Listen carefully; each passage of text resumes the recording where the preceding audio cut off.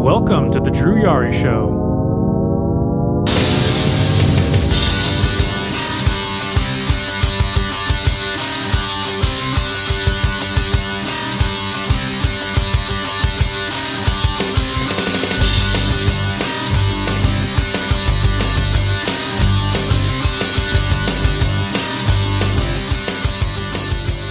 Hey, what's going on, guys? It is Wednesday, March the 10th. It's already 9:32 p.m. Central Time. We're going back to late shows. Just waiting for my guests to get here. Waiting for Ruben to get here. Ruben's running a little late, which is fine. I don't hold that against him. But I just told him I'm just going to start because we're already past 9:30. So, but anyways, welcome to the show, guys. Welcome, Kyle, Maurice. I see Kevin Castle in the chat room. But some decent wrestling on tonight. NXT and AEW, watched them both at the same time like I usually do. Have the NXT on the big TV. Well, it's not really a big TV, but it's compared to a laptop, it's big. And then, watching AEW on the laptop, which usually right around the time when the show starts, I just pull up my equipment, like the laptop and the, laptop, microphone, headphones, you name it. Just like to have everything ready. Just, because, laptops, computers seem to take a while to get everything situated. So, anyways, that's just me. So, yeah, AEW tonight wasn't terrible. I mean, there were some bright spots. Like I said, Ruben didn't watch the show, so I'll just get into it. So, hold on.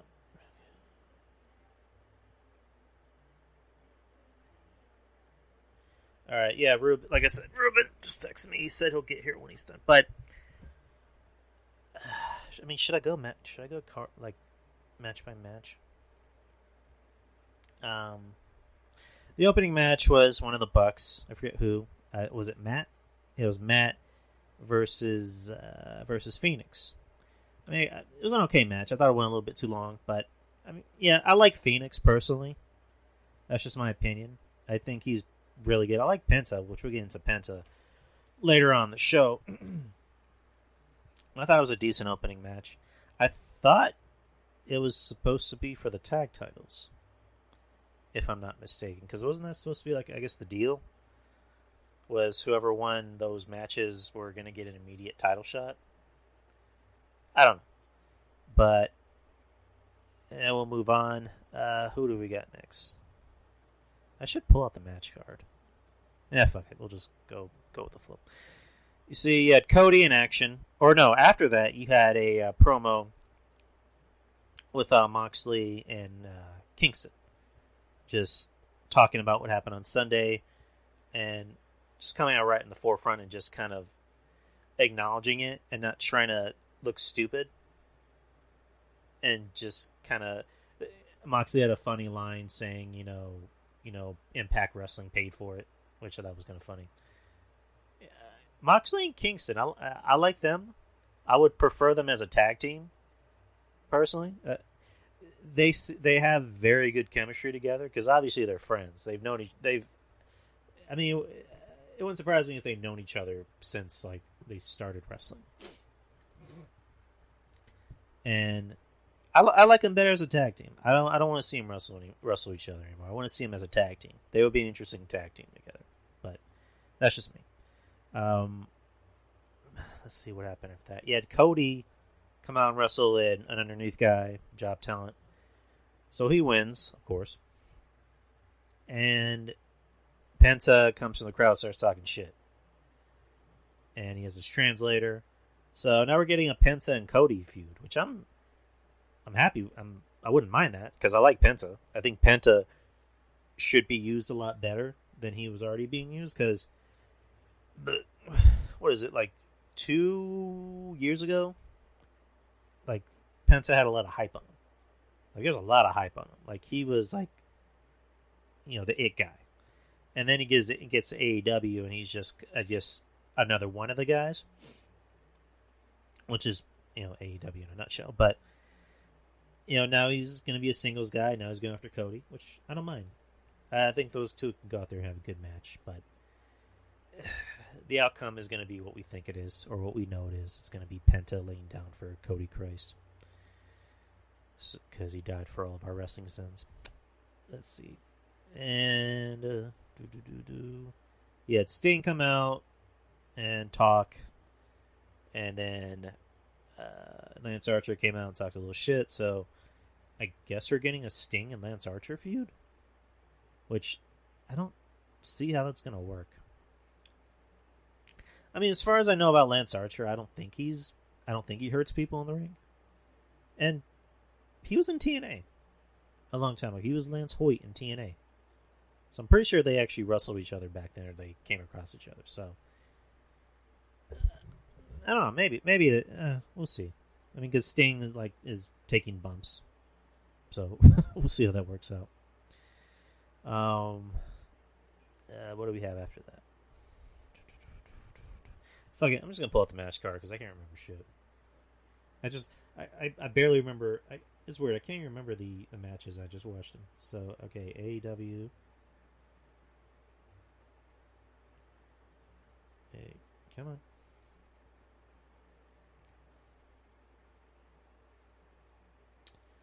Come on.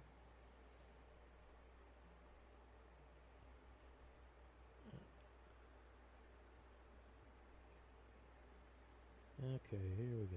Match card.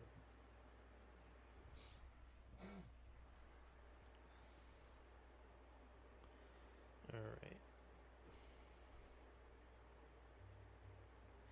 So again, Ethan Page, the debut of Ethan Page versus Lee Johnson, who I was having a hard time remembering who he was, but he's with the Nightmare Family, with QT Marshall, which, I mean, Ethan looked good out there, which doesn't surprise me because he's really good.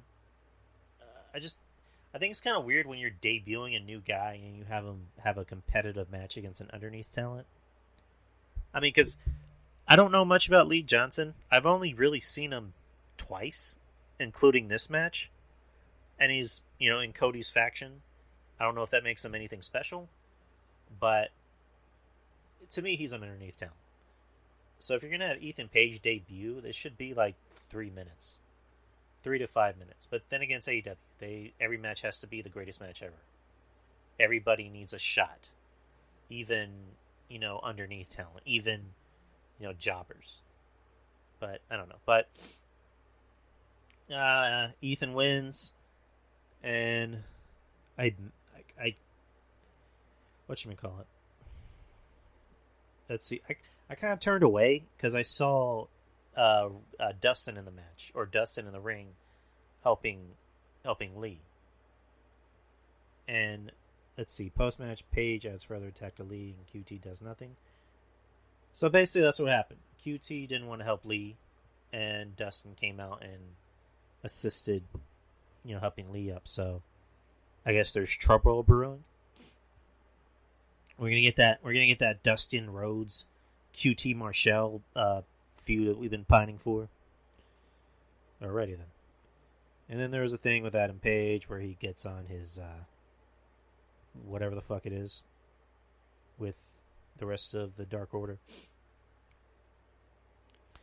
And one of them had to be left behind because there wasn't any room. And next segment, you have Tony Schiavone hyping up his interview with Christian Cage.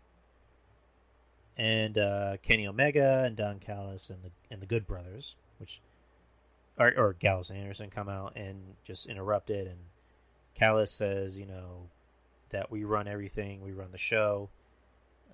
Christian Cage, you come out on your own time, or you come out when we tell you to, whatever. So, yeah, they just give their bit, or they just do their promo where they talk shit about the match, and Callis says, we didn't want to give Jon Moxley the satisfaction of being the hero by being exploded, or Eddie Kingston being the knight in shining armor. So, we basically fucked with you. We fucked with the marks. We rubbed the marks. Which it's good that they're actually acknowledging it, and not trying to make it seem like it didn't happen. Kind of like what Tony Khan's doing by going after YouTubers and taking down their videos and saying, you know, oh, hold on, I need to pull this up. Give me 1 second while I pull this up. So there's this girl on YouTube, and I forgot what her name is, but she's pretty funny. She did a video I watched a while back where it was talking about, you know, why AEW sucks, and it was really good. I thought it was really funny, and she made pretty good points, and Miss Shim Wrestling Soup is all over it. So. Come on. Where is it? Mish freaking shared it. What the hell? Are you kidding me, Mish? You shared it. Why'd you take it in?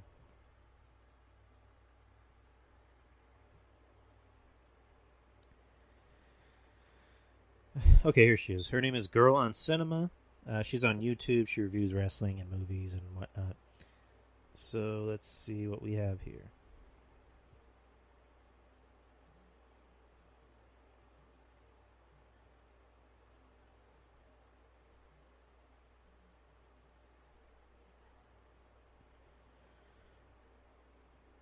Okay, so what happened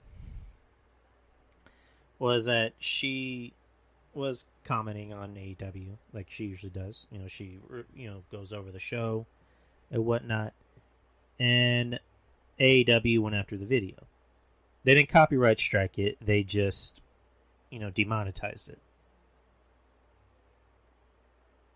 So she posted something to Tony Khan, and Tony Khan responded with, and where the fuck is it?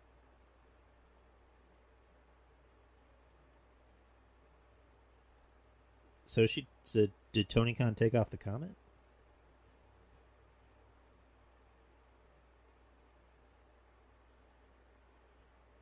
Did Tony Khan seriously delete the comment?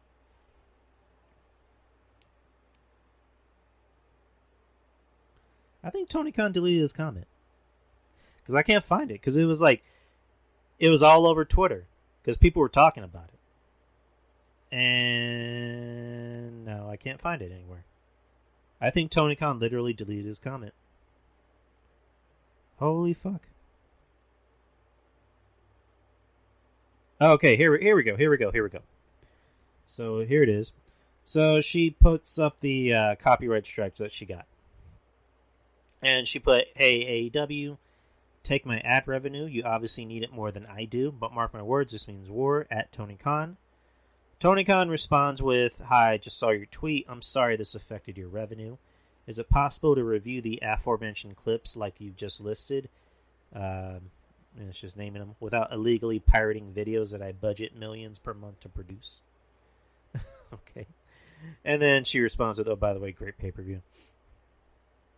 And she puts up something.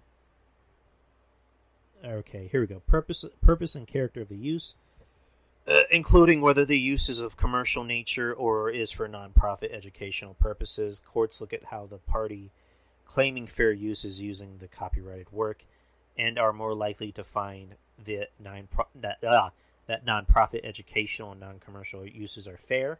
This does not mean, however, that all non-profit education and non-commercial uses are fair and all commercial uses are not fair. Instead, courts will balance the blah, blah, blah. Here's where it's highlighted. Additionally, transformative uses are more likely to be considered fair. Transformative uses are those that add something new with a further purpose or different character and do not substitute for the original use of the work. And here we go. Section 107 of the Copyright Act provides that the statutory framework for determining whether something is a fair use and identifies certain types of uses such as criticism, comments, news reporting, teaching, scholarship, and research as examples of activities that may qualify as fair use. So what she did was not illegal. She was operating under the fair use law, which, I mean, it's not the first time that a lot of YouTubers are getting their videos fucked with, or getting like streams and reaction videos fucked with. They're using fair use. Like I don't know if you guys know the name Tyrone Magnus. He was getting a lot of his videos deleted and taken off of YouTube because, for one thing, he was operating under the fair use law. He was just doing reaction videos to movie trailers, to TV show trailers, to music videos. And the whole thing is, like, we're not trying to sell this or make money off of it. I mean, technically you are getting monetized, but we're not trying to say this is ours. Like, we're not trying to say this belongs to us. But YouTube decided to fuck with them, so a lot of YouTubers are going to Patreon. Because Patreon ain't doing that shit. I mean, I'm gonna be shocked if Patreon gets messed with. If Patreon becomes a thing of like, oh, you can't sell that, take that down. But it's fair use. Like, Patreon is kind of independent. We're our own thing.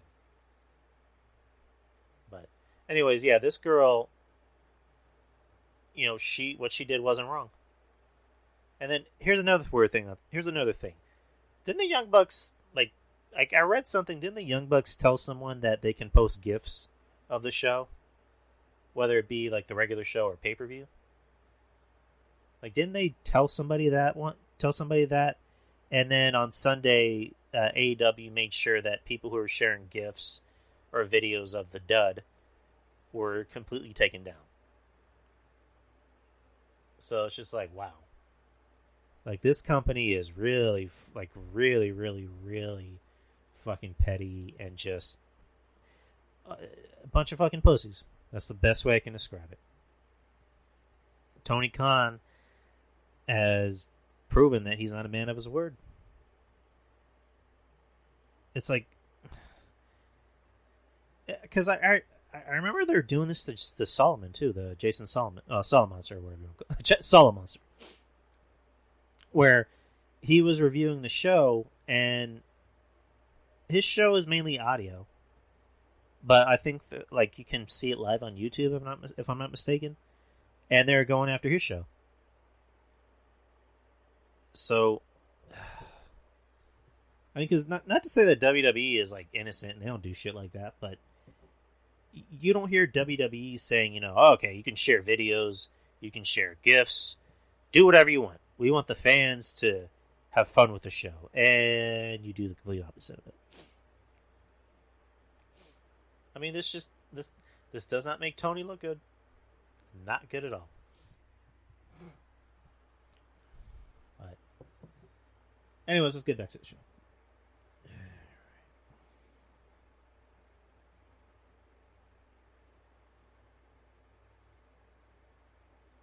Okay, here we go. Anyways, so yeah, whatchamacallit? Eddie Kingston comes out, talks a little shit, and Omega and the group tell him to get out of the ring before they beat his ass, and they put the countdown clock on the big screen, and they just talk a little shit. They have fun. They get on the ground and start freaking out, and Kenny tells Don 69 me, which I thought was kind of weird. I don't know if that was a thing he did on purpose, which I'm pretty sure he did, because Kenny's kind of a goofball. But anyways, let me just turn the TV off. So Kingston decides to fight back. Who else comes out after that? Moxley comes out and fights, and in the ring is Kenny by himself, and Christian Cage makes his debut on Dynamite, taking his sweet time coming to the ring. It would have, like, I don't know, I guess it makes sense that he comes out slowly and doesn't run to the ring and tries to beat his ass. But, so Christian Cage comes to the ring, confronts Omega. Omega wants to shake his hand, and Christian just tells him, no, fuck off. So Omega throws a punch in him, and then Christian counters that into the unprettier or kill switch, whatever you want to call it. So now Christian is going to be in the title picture already with Omega, which I'm I was saying earlier, like, I don't know. Like, I don't know why he would be in the title picture this early. Because, wouldn't it make sense to just, like, put him in a feud with just, like, a random guy? I mean, hell, put him in a feud against Cody. Like, have Christian come out and say, I can outwork everybody in the ring, especially you, Cody. Let's go. Like, that would have been a nice way to bring in Christian. And then put him against, other I don't know if I say mid-carder because that's there's a lot of mid-carders in AEW. But I don't know, put him in the ring against like Brian Cage. Or maybe not Brian Cage because he's a big guy, but I don't know, put him in the title picture already? Like that, to me that's just too soon. I don't know. And Christian hasn't had a match since 2013? He hasn't wrestled in 8 years, and then he showed up to the Royal Rumble. I mean, he looked good. I'm not gonna lie, he looked good, and he looked like he can go out there and work. Kyle just said 2014. Okay, 2014. So I don't know. And put him in the ring against Kenny. I don't trust that. I don't trust him in the ring with Kenny because I really don't know. It would have been better to put him against somebody who's a little bit safer. But no, we'll see. But yeah, it's good to see Christian back. But yeah, that's all I'm gonna say about it. Let's see. You had match number 4. You had a 6-woman tag match. Britt Baker, Nyla Rose, and Maki Ito versus Thunder Rosa, Ryo Misunami, and Shida. How much of a non-factor is Shida? It's Maurice said this, so I gotta give credit. How is it that your women's champion just seems like a non-factor? And she's apparently the longest reigning women's champion in AEW. It almost seems like she's not even, like she's barely on the card. That's insane. Like, I know a lot of people like her. I think Asuka does a lot more than Shida, Kyle. I mean, because Asuka's still at home because she got her teeth knocked out. So she has a legit reason for not being on the show. But Asuka's a factor. She is way much of a factor than Shida did. Like, the only time we see Shida is on a pay-per-view. Like, we barely see her on the show. That's just weird. Like, I know a lot of people like her. I'm not a fan of her. I don't get it. I don't get the appeal. Like, and we'll get into Revolution. That's hopefully I don't know. It's already 9:54. Like, I hope Ruben's okay. Like, I'm not even trying to be a dick. I hope he's okay. I hope like nothing's going on. But but yeah, Shida. I'm not a fan. I'm sorry. I'm really not a fan. And then these other girls, this Maki Ito girl, like I don't get what people like about her either. Like, what is her whole? What's her shtick? Like, wasn't she like the queen of piss and shit?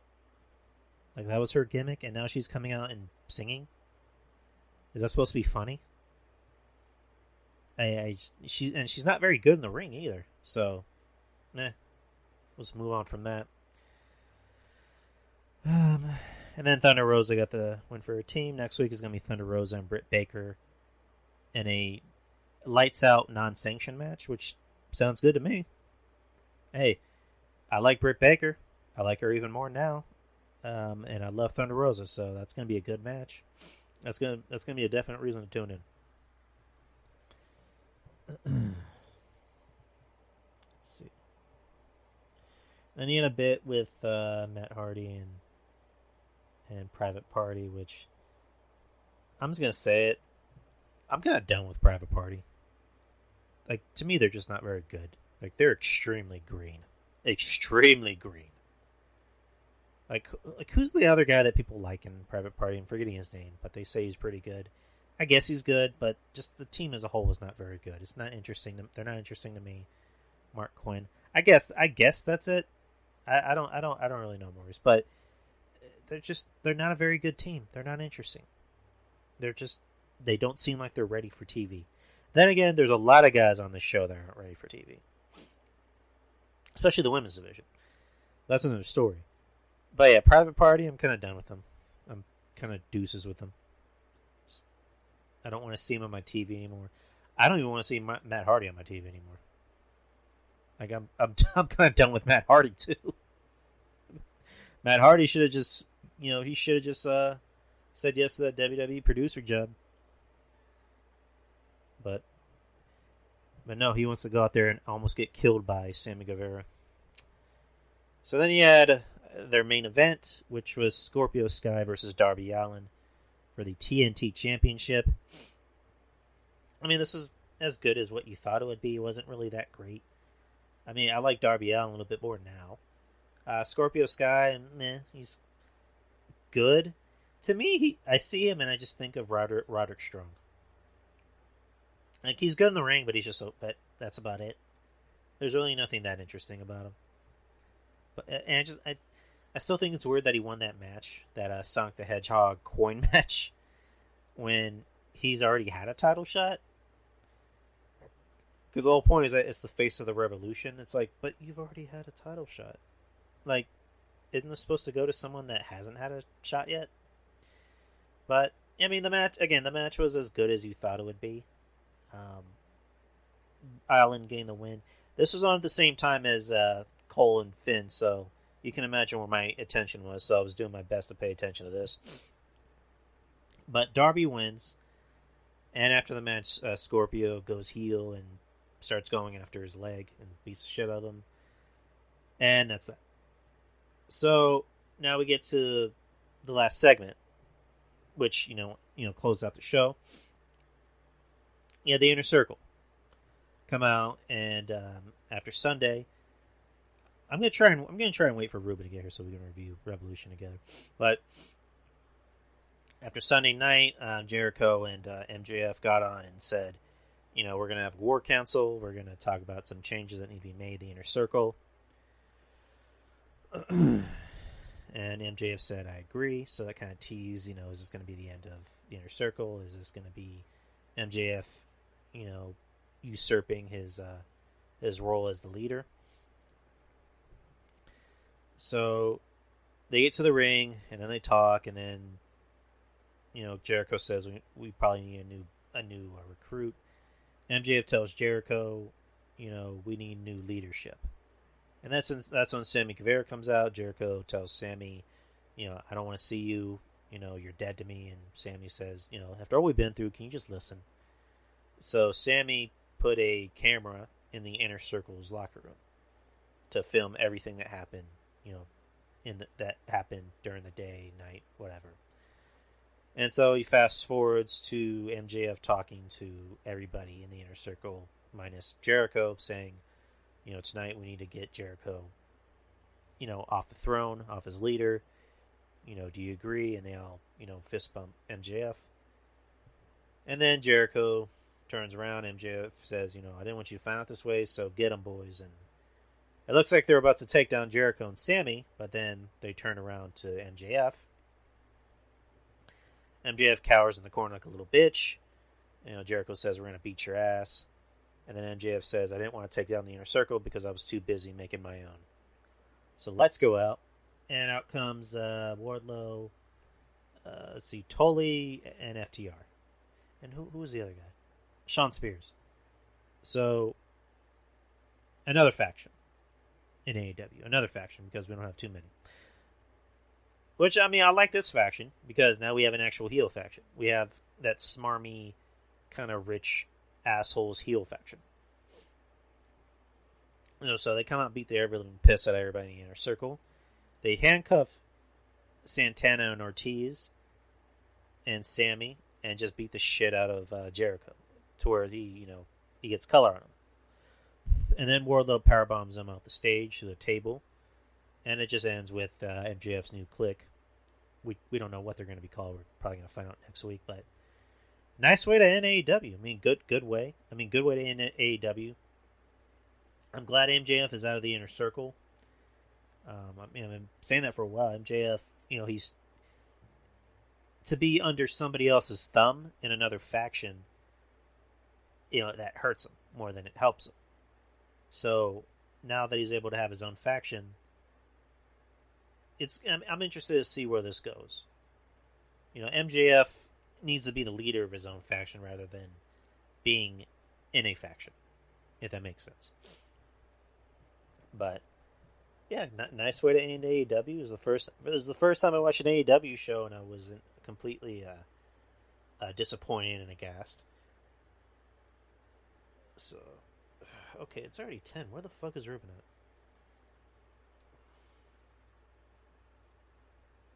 at? Okay, so after I review NXT, if Ruben isn't here, I'm just going to text him again and see where the hell he is.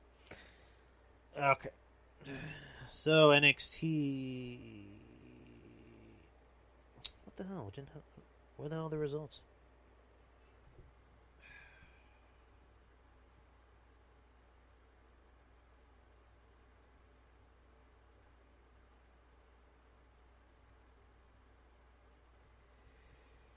Okay, so NXT opened with William Regal announcing that TakeOver will be on for 2 nights. It will be on Wednesday, April, what is it? 11, 10, 9, 8, 7, 6. April 6th, and then April 7th on a Thursday, Wednesday and Thursday. The Wednesday one will be on USA. The Thursday one will be on the Peacock. It will be the first TakeOver on the Peacock. So he announced that, and he also announced that there will be new NXT titles, the NXT Women's Tag Team titles. Which I don't know. I mean, I don't know how I feel about that, because the one thing I liked about the WWE Women's Tag Team titles is that they can be defended on all brands. And NXT is supposed to be the new brand. So, and they never really explained why they made it, because they never really explained why Adam Pearce came out last week. I mean, I guess it's kind of obvious now, because maybe his whole thing is, these are the WWE, women's tag team champions. I can't afford to have them being lost to NXT. But I don't know. I wish they would have explained that more. I would have been a lot more interesting to see William Regal just fucking cuss out Adam Pearce. But hey, that's just me. Right, so they announced the new NXT Women's Tag Team Champions, and they give them to Raquel and Dakota, which makes sense because you don't want to have another tournament, because we just had a Women's Tag Team tournament. I mean, if they knew they were going to make Women's Tag Team Championships, why didn't they just create them after the tournament was over? Like, I don't know that. Whatever. I'm not booking the show. But, and that night they announced that, so Raquel and Dakota get the titles, and then Shotzi and what the hell's her name? Ember Moon come out and talk a little shit and say, hey, you guys beat everyone in your bracket, so did we, so how's about you defend those titles tonight? And then William Regal made the match. Which I think it's kind of fun when they're like, yeah, you guys beat everyone in your bracket, and so did we. It's like, yeah, you're one of the people we beat. So why do you deserve another tag team? Like, if I was Raquel or Dakota, it's like, yeah, we beat you guys too. So why are you guys out here talking shit? I don't know. I think that's funny. So the first match of the night is going to be Io Shirai versus Toni Storm for the NXT Women's Tag Team, or not Women's Tag Team, NXT Women's Championship. I thought the match probably could have been longer. It felt like it ended a little bit too abruptly. So, I mean, I liked it. Good match between the two. It made sense for Io to hold on to the title because, I guess we'll skip ahead. She's going to defend the title against Raquel next, which I will get into how that match was booked. But Toni Storm coming out to different attire, not coming out to her usual short shorts. Which Kevin Castle put something on Twitter that I thought was kind of interesting, where he said that she's coming out to long tights instead of shorts because she's probably tired of these pervs online talking about her ass. Which, okay, I don't know Toni Storm that well. I mean, I don't know her at all, but I'm pretty sure Toni Storm knows she has a big ass. She knows she has curves. She knows she has thick legs and a big ass. She knows that. But at the same time, you don't want to keep being reminded of it. because it's like I told RJ a while back. It's got to be terrifying to be a woman, because especially someone who's like her in the public eye, because you got to deal with these creeps online sending you DMs, private messages, talking about how good your ass looks, and probably sending you dick pics. I imagine Toni Storm has to deal with dick pics, at least on a daily basis. Like her block list has to be a mile long. So if she said, you know what, I'm getting tired of these pervs, I'm just gonna wear these long tights because I don't get this satisfaction. Good for her. I mean, I can't lie. I was a little disappointed when she came out in tights, but it's just me. I'm a guy. Come on. But yeah, good for Toni for just saying, you know what, that's not what I'm here for. I'm here to be a wrestler. I'm not here to be a sex object. So good for her. But yeah, the match with her and not Raquel with Io was good. These two have really good chemistry together. But again, I just thought it ended pretty abruptly. I don't think she's ready yet, though. Because I was telling RJ that RJ really likes her for, non-wrestling reasons. I mean, yeah, for wrestling reasons and for non-wrestling reasons, I'll give him that. But I was telling him, she's not ready because she's good in the ring, good on the mic. But, and I think he said it, and we both agreed on it, she doesn't have momentum. Like, if you're going to be a champion, you need momentum. And she doesn't have momentum yet. And that's the good thing about NXT, is that once you have momentum, they're going to put that title on you. They give it to people that have momentum. Io had momentum whenever she won that title. Rhea, same thing. And now Raquel has momentum.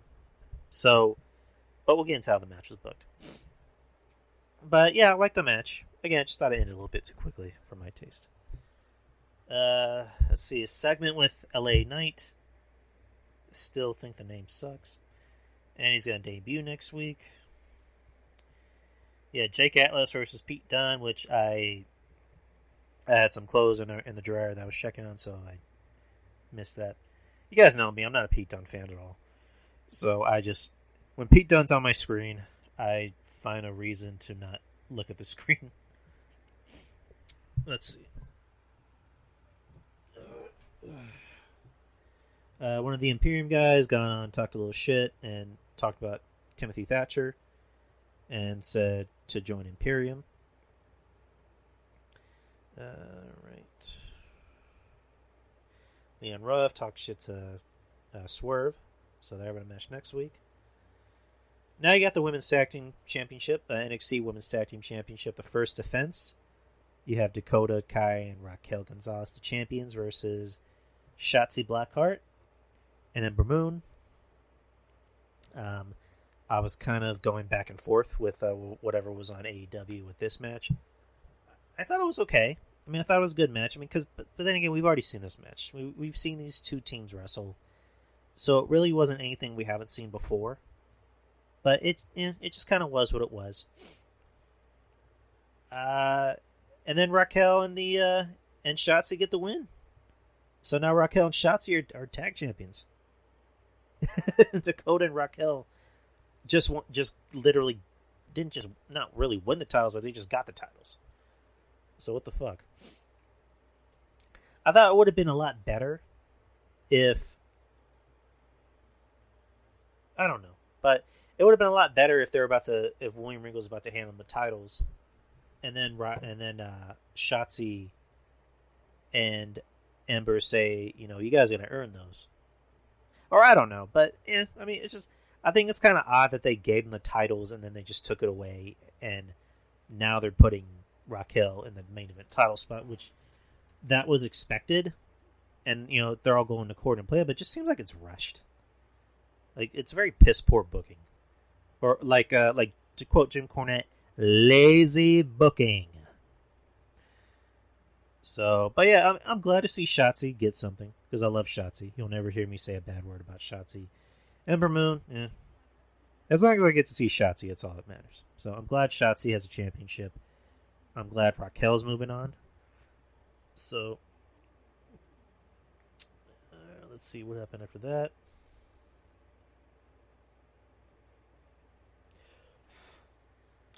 And then the new champions are getting a standing ovation from everybody in the back, while Candice LeRae and Indy Hartwell look on in disdain.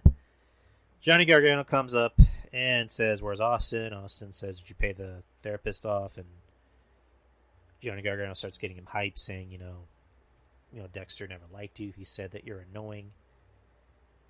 Was Taya Valkyrie? I didn't see. I wasn't paying attention, so I don't know if she was. If she was, then I probably wasn't paying attention. But sets up Austin Theory and Dexter Lumis for next week. So we got that to look forward to. Next we have Xia Li versus Kaden Carter, which ends in a DQ after... What the fuck's her name? After Casey hits Xia Li with a crutch. Here's what I didn't like about this segment. So Xia Li, who's been booked like a fucking badass for the past, it seems like almost 2 months. She's been booked like this fucking badass. And she's scared of a 4'11" or 4'10", however the fuck tall she is, girl that has a quote-unquote broken leg with a crutch. Because you saw her back off. You saw her say, whoa, don't hit me. It's like, aren't you a badass? Shouldn't you be grabbing that crutch and breaking her other leg? Like, I didn't like that fucking segment. I really didn't. That made Xia Li look bad. That made her look weak. Because the whole point is that you're supposed to be booking her as this badass. And then the guy comes in and he gets hit with a crutch too. So I didn't like this segment. I'm not a fan of Catanzaro and the other chick, Carter. I really am not. Just not a fan. They don't do anything for me. They don't do anything for me professionally or sexually. I think I've been hanging out with Kevin Castle too much. Let's see.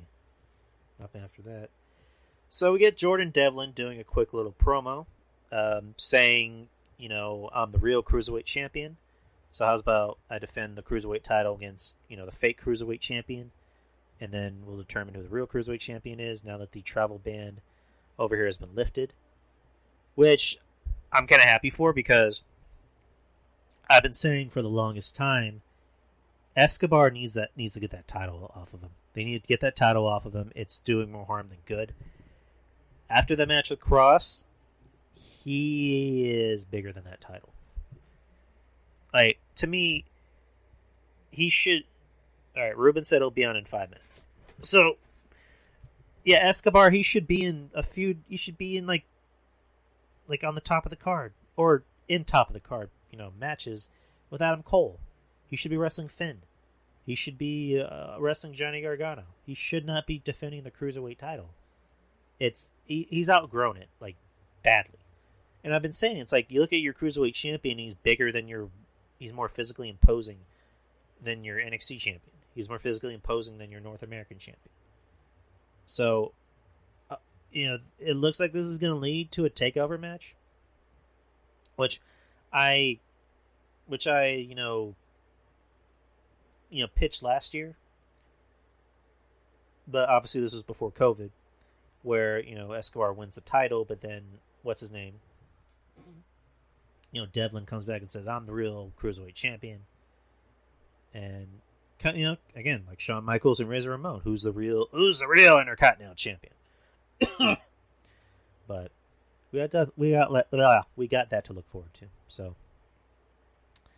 let's see. And hopefully the travel ban being lifted ends with Walter coming back, because I need to see Walter on NXT. And then we have a video package of Zoe Stark talking about her past. I like Zoe Stark. I like her. I think she needs a new attire, but that's really about it. I think she's very good in the ring. She looks legit. She seems like a nice kid. She gave a nice inspirational background to her, saying that she grew up on the wrong side of the tracks, and wrestling helped her escape from the evils. So I like her. She's good. So I hope to see more of her. So you have Escobar confronting William Regal, talking about the whole thing with Jordan Devlin, which leads to Legado del Fantasma versus the Grizzly Young Vets, which I was kind of half paying attention to. And so these two guys came out dressed as astronauts, and you assumed that they were Breezango, which you would think they were because they got attacked last week by Del Fantasma. But no, it's MSK, because MSK got attacked by the Grizzly Young Vets, and then Phantasma took advantage of it and won the match. So, and then after that, the real Breezango came out and beat the shit out of the Grizzly Young Vets. So good for them. MSK comes out and dances with Breezango. And that is the end of that segment. Let's see.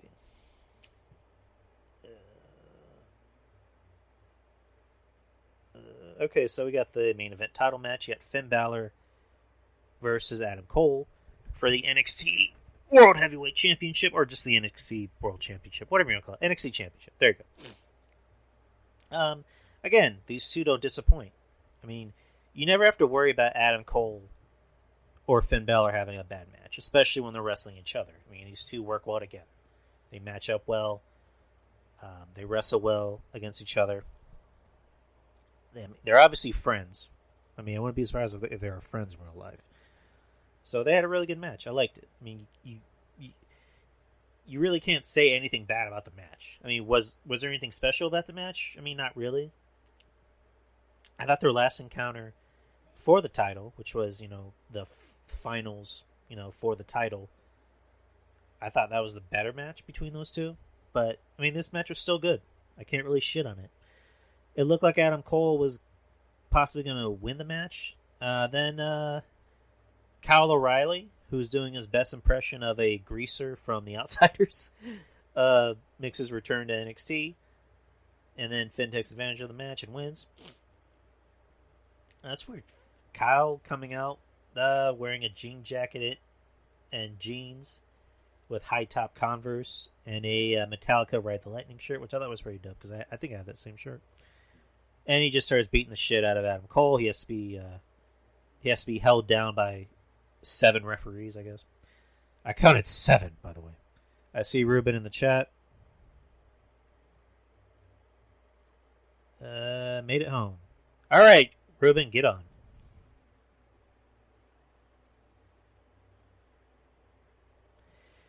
All right, so Ruben's about to jump on.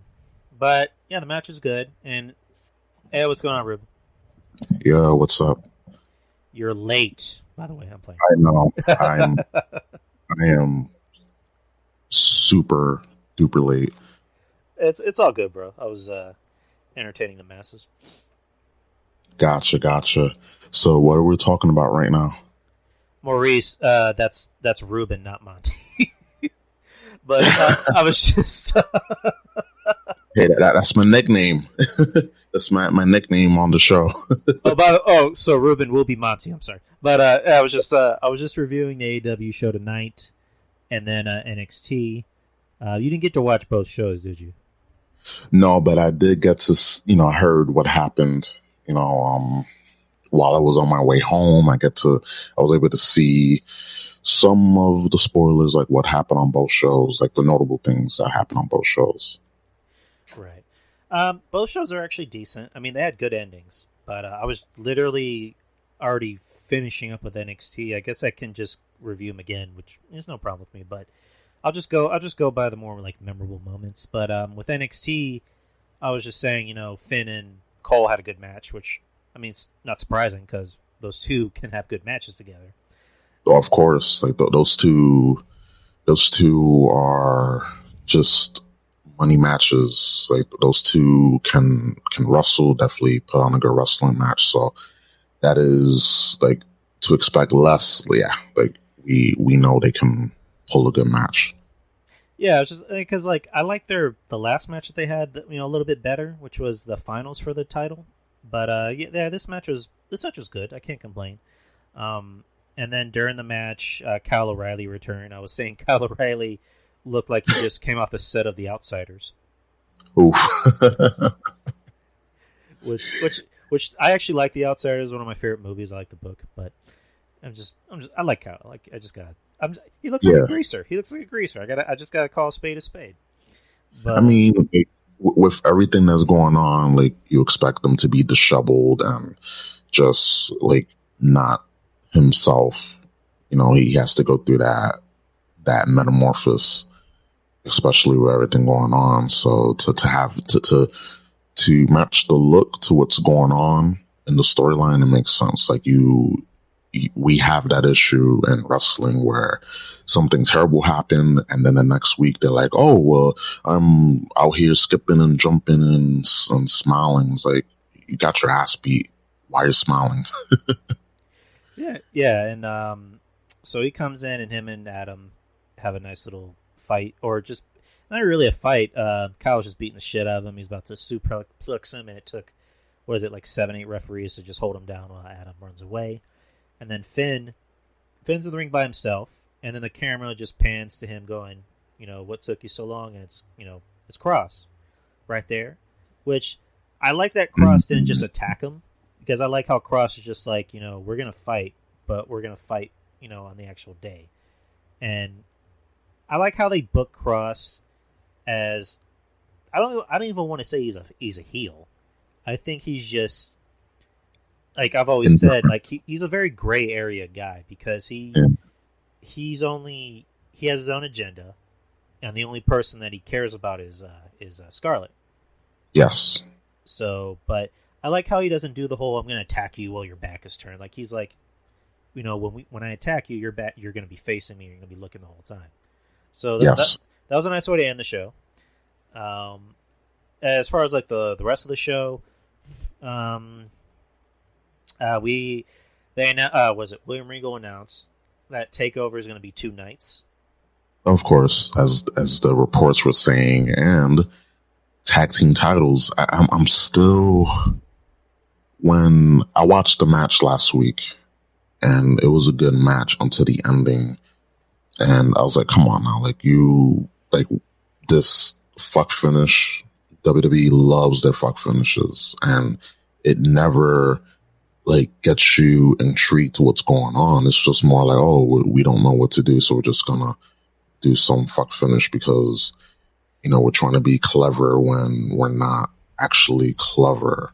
And you have those tag titles on the main roster that aren't doing much, and there's no, like, this, Drew, and everyone listening, there's no real teams, like women's tag teams on the main roster. Like, you have more NXT tag teams, like more established ones, and you couldn't, have them, Raquel and Dakota Kai win, the tag straps, and then have them be NXT tag titles, women's tag team titles. It's just the ass backwards booking with this company. I mean, I agree with Regal. Like, William Regal was just like, core storyline upset. He's just tired of everything going on, and I know that's like real frustration. So, I mean, fuck it, tag titles. I mean, I'd rather them win the WWE tag straps, but make your own, right? Yeah, because my whole thing is like, you hit the nail on the head when you're like, WWE likes to do these fuck finishes when they don't really have an idea on what to do, or they're just lazy. It's like Jim Cornette says, lazy booking. Yes. It's just like, okay, if you wanted to have NXT Women's Tag Team Championships, which that was kind of something we kind of saw coming, or something we kind of knew was going to happen, fine. But why didn't you just give them the titles after they won the tournament? Like, why? Exactly. Like, why couldn't William Regal say, you two women, those silver boots aren't the only thing you're going to win. We decided to crown new NXT Women's Tag Team Champions and give them to you. Like, why couldn't you just do that? Same, like that was my same thought. Like, I understand with the male tag team, like there's already male tag team champions, so it makes sense. But with the women, like, it would have made the TakeOver show like that much more memorable. Or instead of there being a dusty, women's classic, why didn't you just make that tournament for the NXT Women's Tag Team Champions?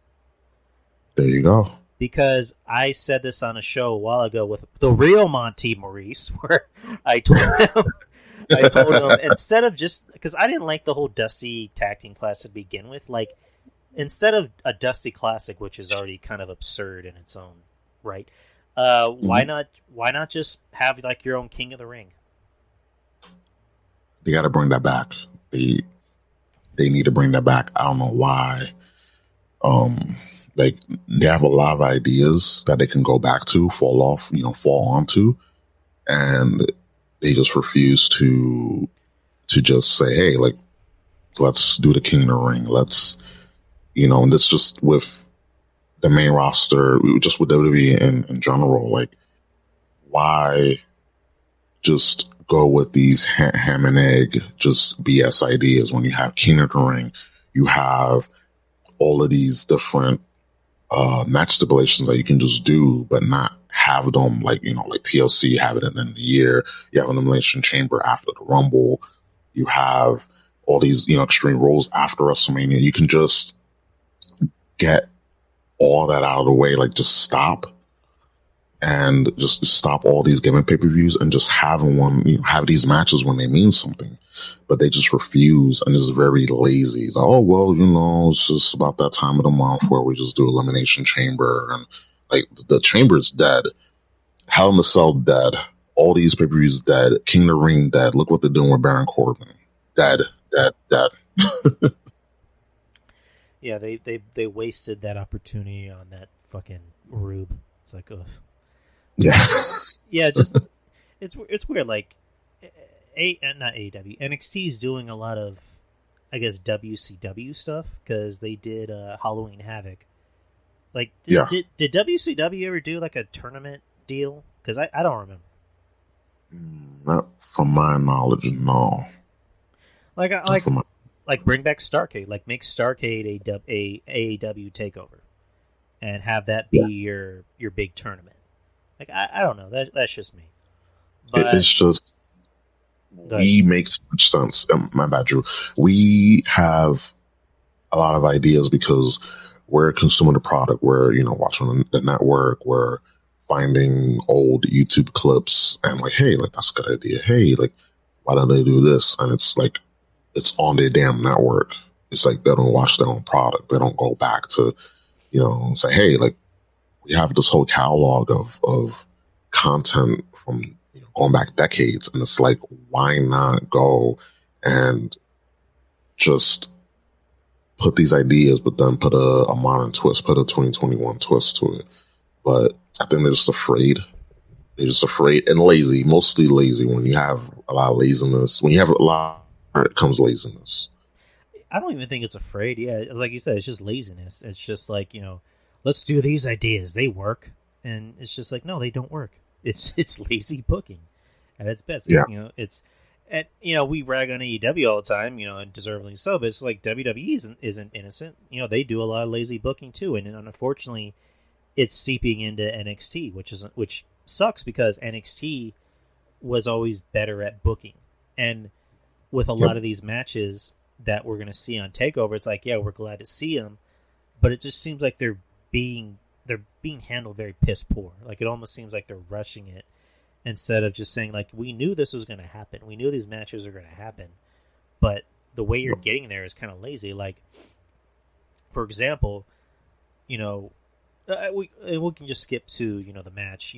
They announced the NXT Tag Championships are being defended in the night. With Raquel and Dakota against Shotzi and Ember. And Shotzi and Ember win the match. So, and again, I love Shotzi. You'll never hear me say anything bad about Shotzi. Ember, but Shotzi, I love her. I'm glad she's got some gold on her, and they look genuinely happy when they won. So, good for them. But it's just like, we knew Io was going to defend the title against Raquel. Yeah, but it would have been better if it was set up better. And not just, Io walking into the locker room and saying, I choose you. Yep. It's like, okay, is this Pokemon or is this fucking NXT? It's like, you choose her? Like, it would have been a lot better if Raquel was just running down bitches, and then she gets in Io's face and goes, I'm next. I took out Rhea Ripley. I took out A, B, C, and D. I'm next for your title. Like, that would have made 10 times more sense instead of just Io saying, "I choose you." Like, I just, I don't know who's booking the show. Like, I don't know who's booking the show like this. It just, I mean, again, I'm glad the matches are happening. I'm looking forward to them, but it's just like, I don't like the way they're being booked. Yeah, it's just, I feel like the issue with, WWE as a whole, because again, like you said, it's seeped into NXT. It's just a lot of the issues that they have, and granted, we can't use the pandemic as an excuse because it's gonna be in there. Like, it's just easy to say, oh, pandemic, like it's just a crutch, like in the world of podcasting when we're like kind of like confuddled in what we're trying to say, we just use our crutch words like or like it's things that for the short term we can say, okay, well, that's the excuse, but in the long term you can't really use those excuses forever.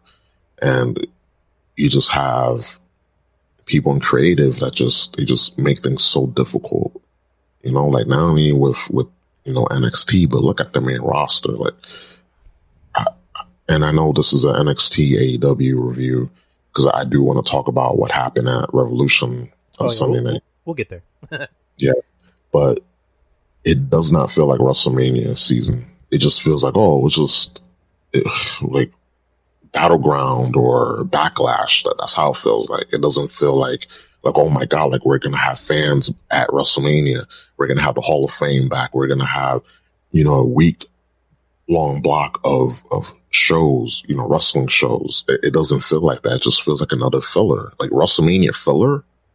Like it's just a reflection of what's going on with, with NXT and the main roster. And it's just so nonsensical. Like, it's just, even 5 years ago, we'd be like, like they wouldn't do that on the biggest show of the year. Hell no. And, you can't use the pandemic as an excuse, Yeah.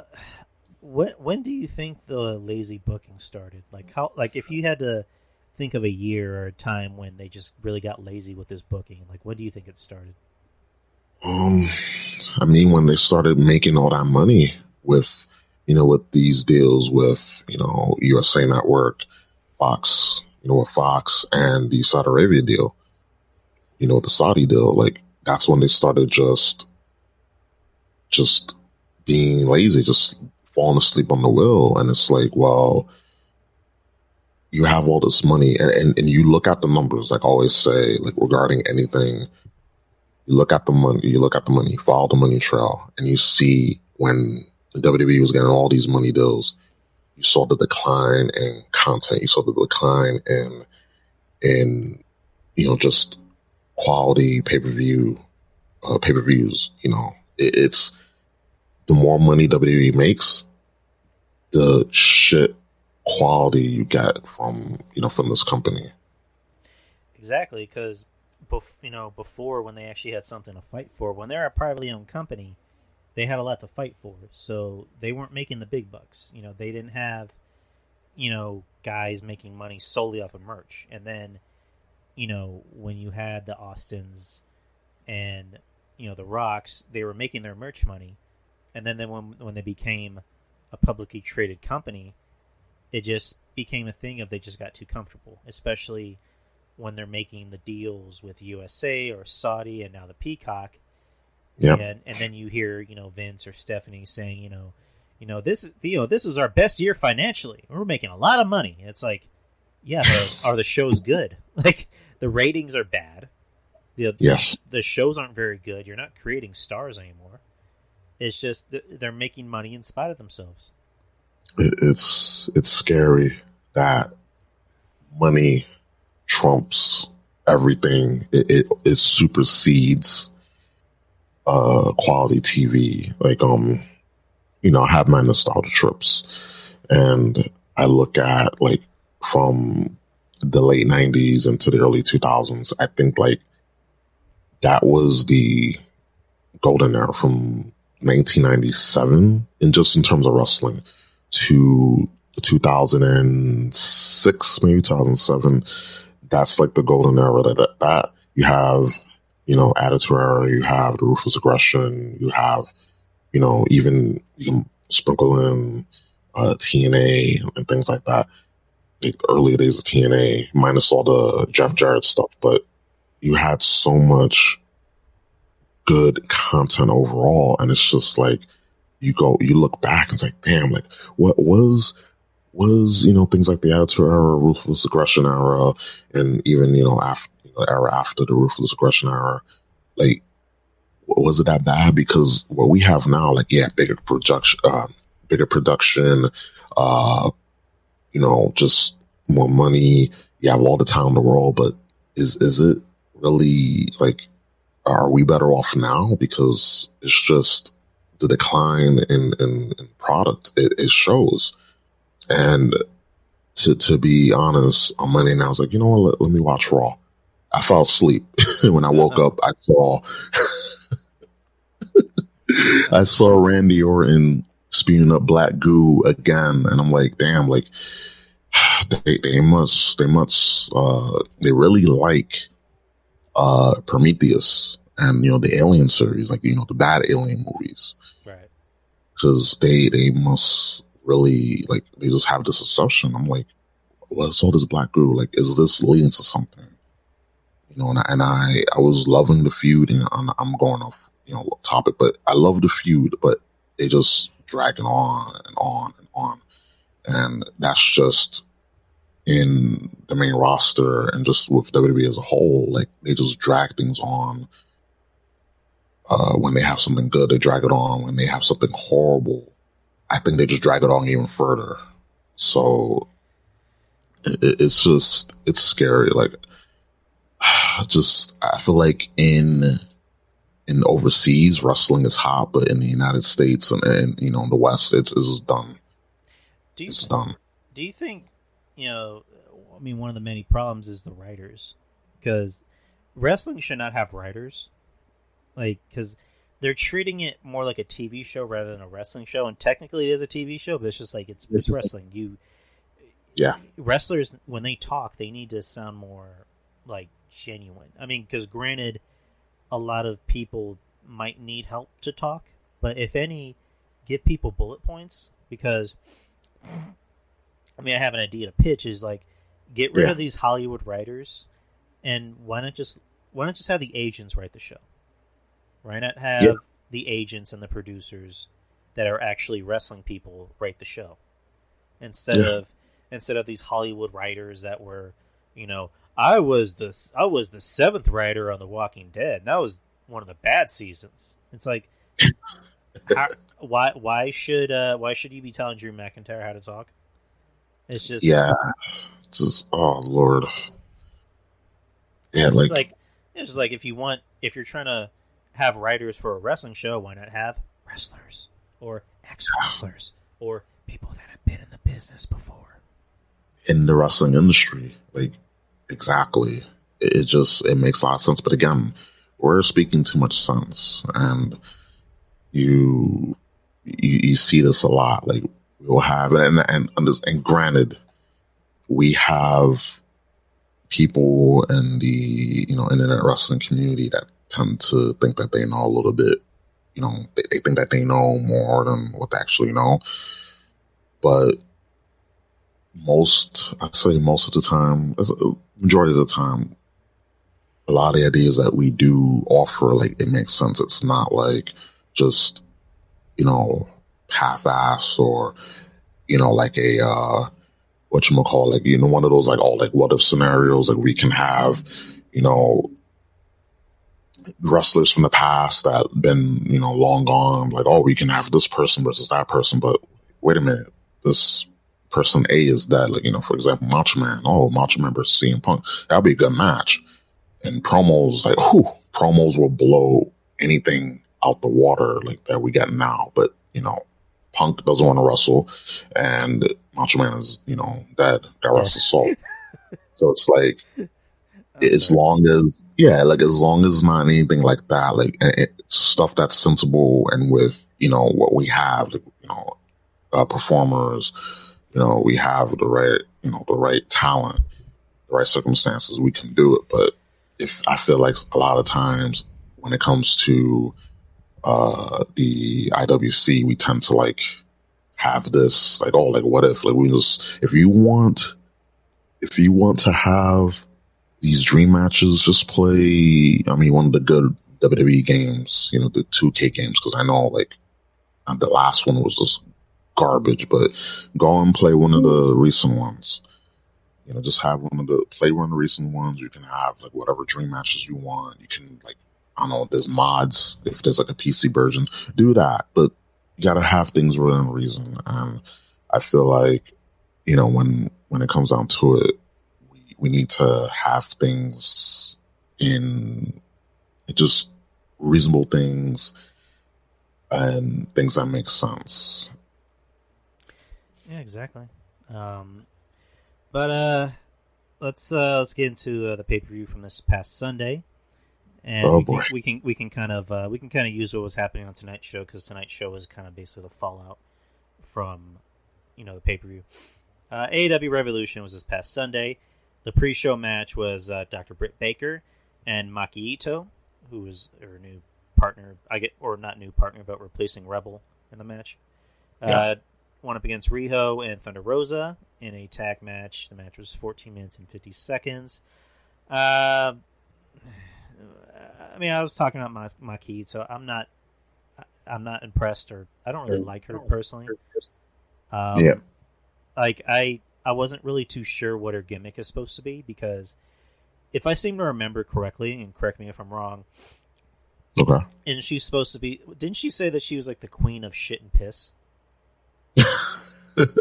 I did a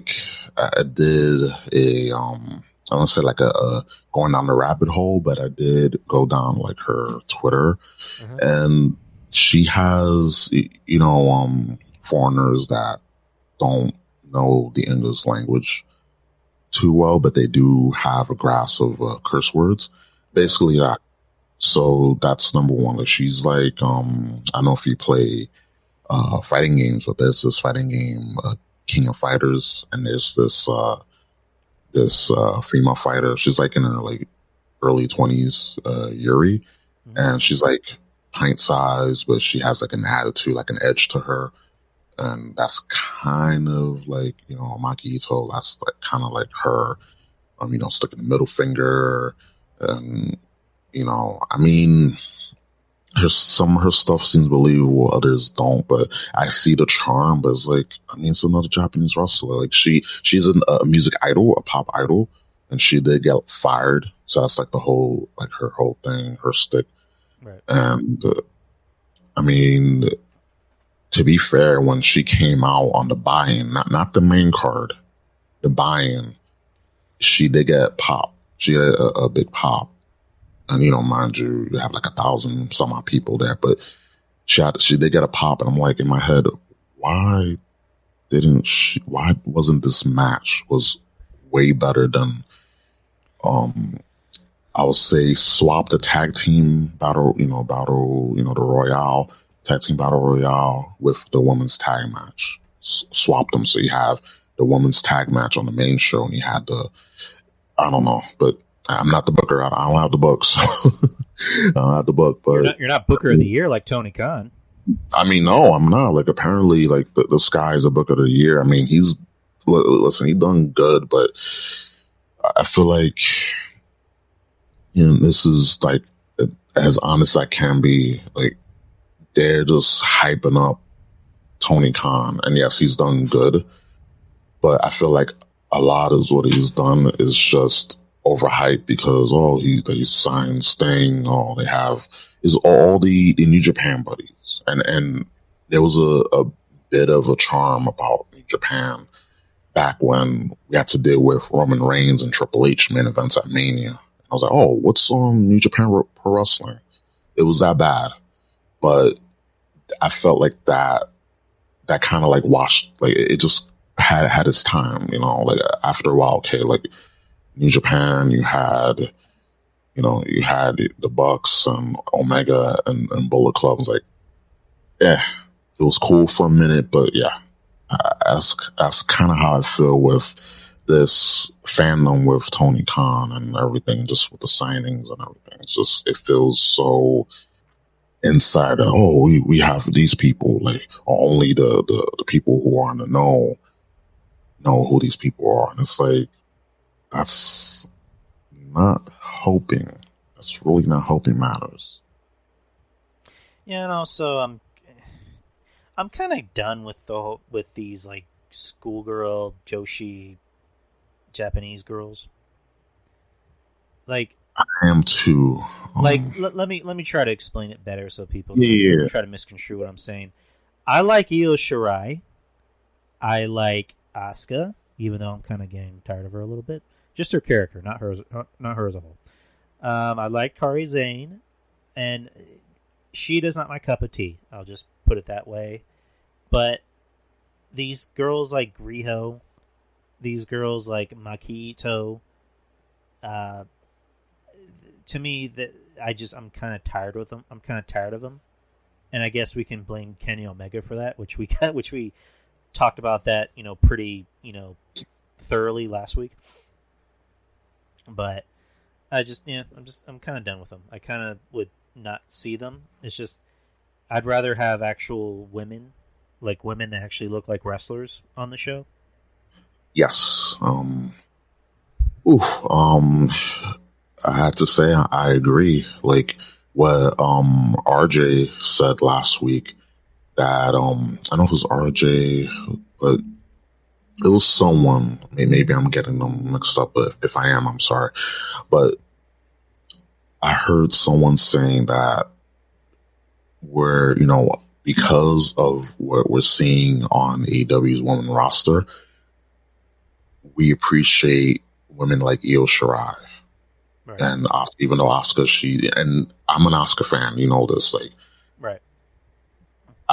When I was exposed to Asuka, and this is like a true story because this is when I used to go to the NXT house shows out here in Jersey, and it was all my friends. We went, and when Asuka came out, I was like, whoa, who's this? And my best friend, he was like, yo, Ruben, like, you all right? And I just had hard eyes because I saw Asuka, and I was like, yo, this woman is awesome. And when I saw like more of her matches, Japan and all that, I was like, wow, this is legit. She's legit.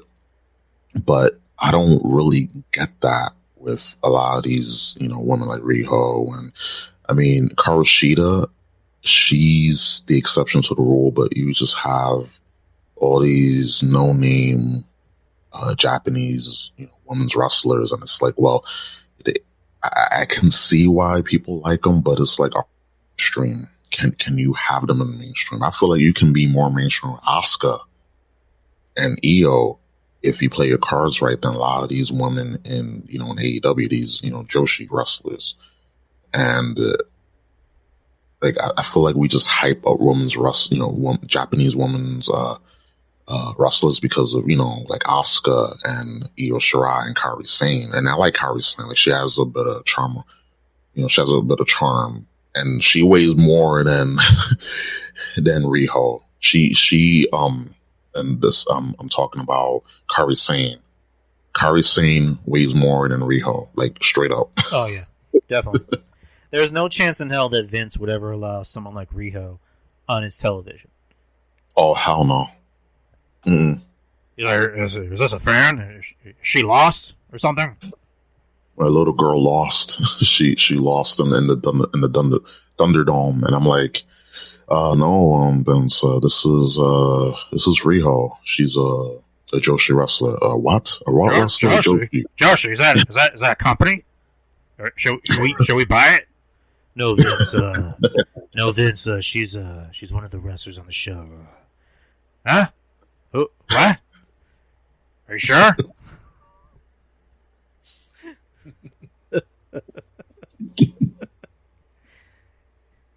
Oh Lord! If you say so, but I'm not paying for our medical bills.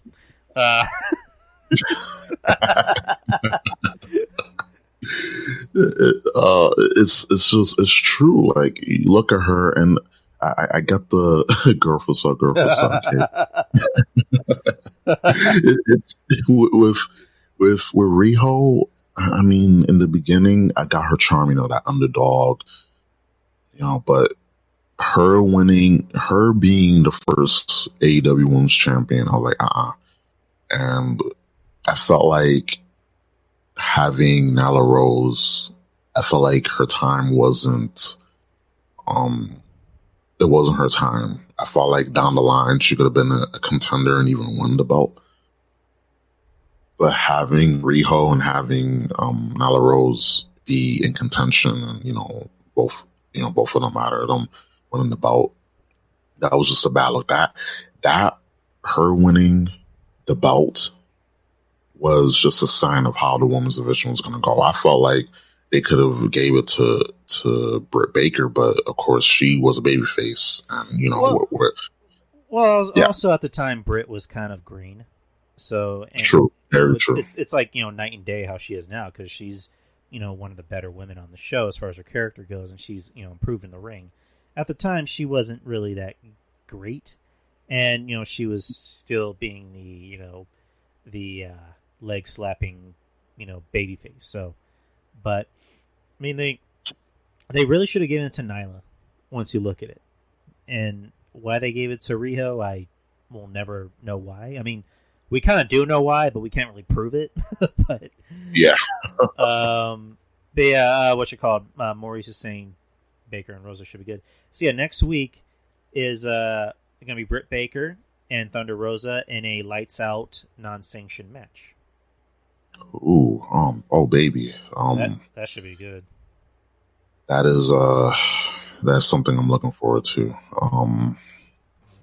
Because Thunder Rosa, love me some Thunder Rosa, and Britt Baker, I've grown on her, like just the fact that she's a heel, and just her character, and then she has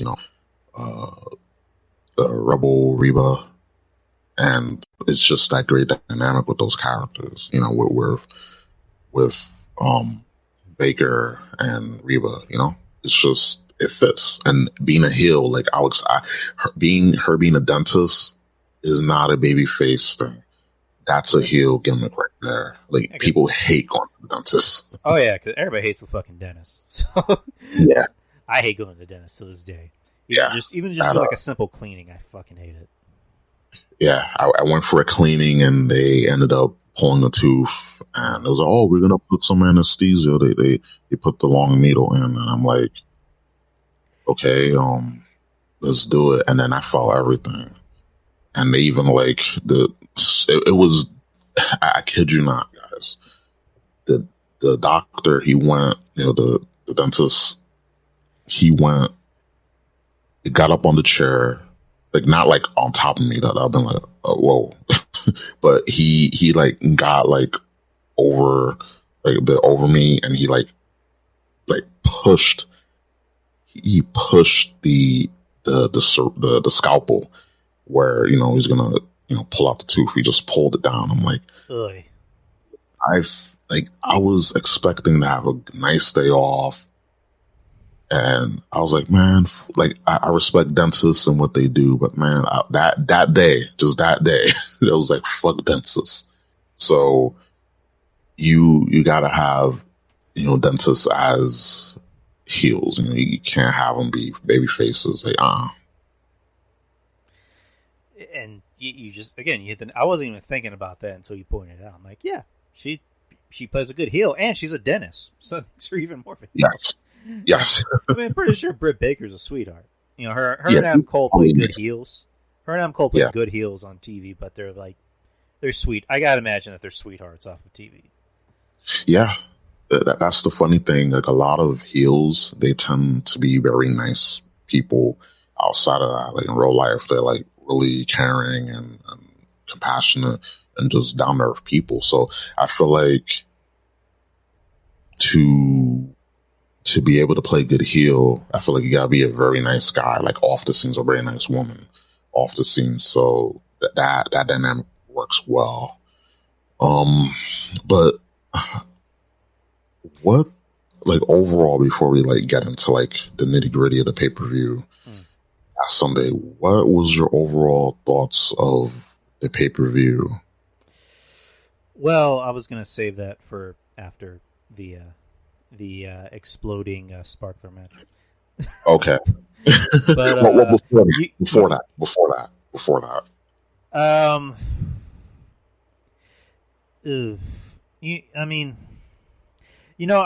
just gonna save it until after the show. I'll just okay. All right. We'll save it. Well, because I have a point. I have a point to go there with. Okay. All right. So we'll get into the main show. We'll get on to the main show. Well, not main show, but like the first match of the actual show is AEW Tag Team Title matches, or AEW Tag Team Title. AEW World Tag Team Championship match. You got the Young Bucks versus the Inner Circle of Chris Jericho and MJF with Wardlow. I was somewhat enjoying this match, and I say somewhat because I am not the biggest Young Buck fan. Right. Over the course of a year, I have not been the biggest Jericho fan. I like MJF, but I just wasn't crazy about what they're doing with him up until tonight, which we'll get into it after this match. Yes. It's just a typical Young Buck match. It's just super kick. Everything needs to be a false finish. The one thing that just made me throw my hands in the air and go, fuck this, is the baseball spot, or the baseball bat spot.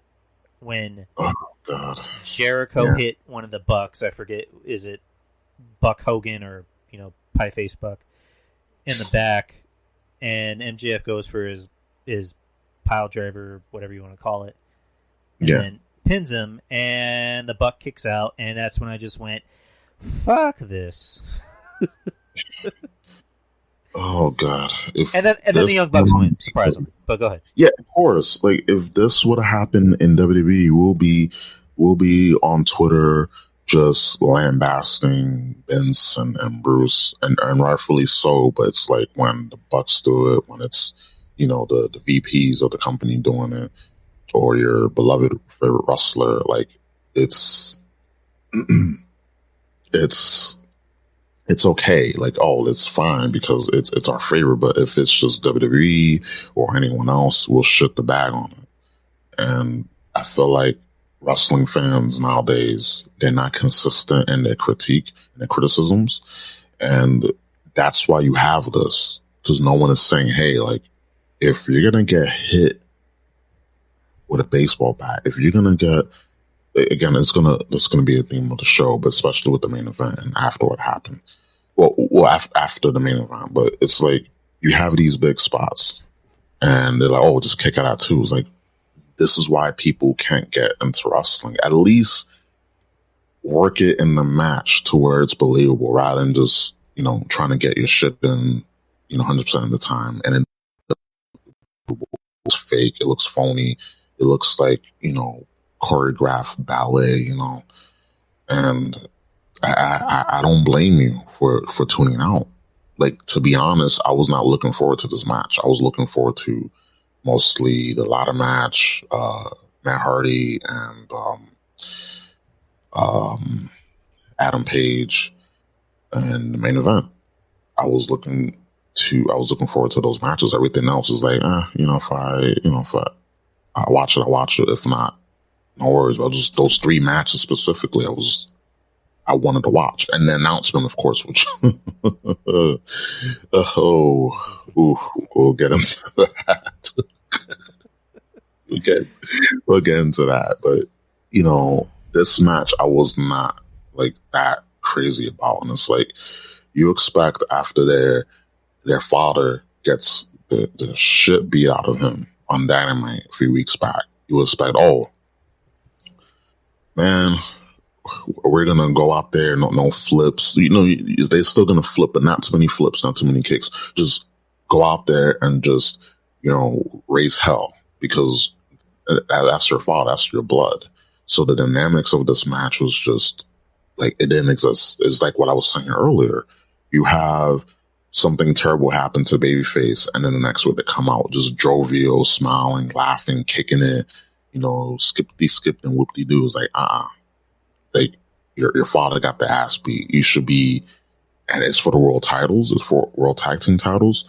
You should be just biting, scratching, doing a bunch of stuff to win and also to bend your father. But it was just a typical match, and the psychology wasn't there. And I do not blame you for just skipping out this match. Yeah, because it's like the match. This is how the match should have begun. Jericho and MJF come out, and then before they can even hit the ring, the Young Bucks come out and just start attacking them and beating the shit out of them, and throwing them around, throwing them into the entrance, and just fighting them before the bell even rings. Because it's just like, yeah, for two guys whose dad got beat up and covered in ketchup or whatever the fuck that was, they really do not care that their dad just got beat up. Nope. Straight up bitches. That's what I call them. Yeah. Straight up bitches.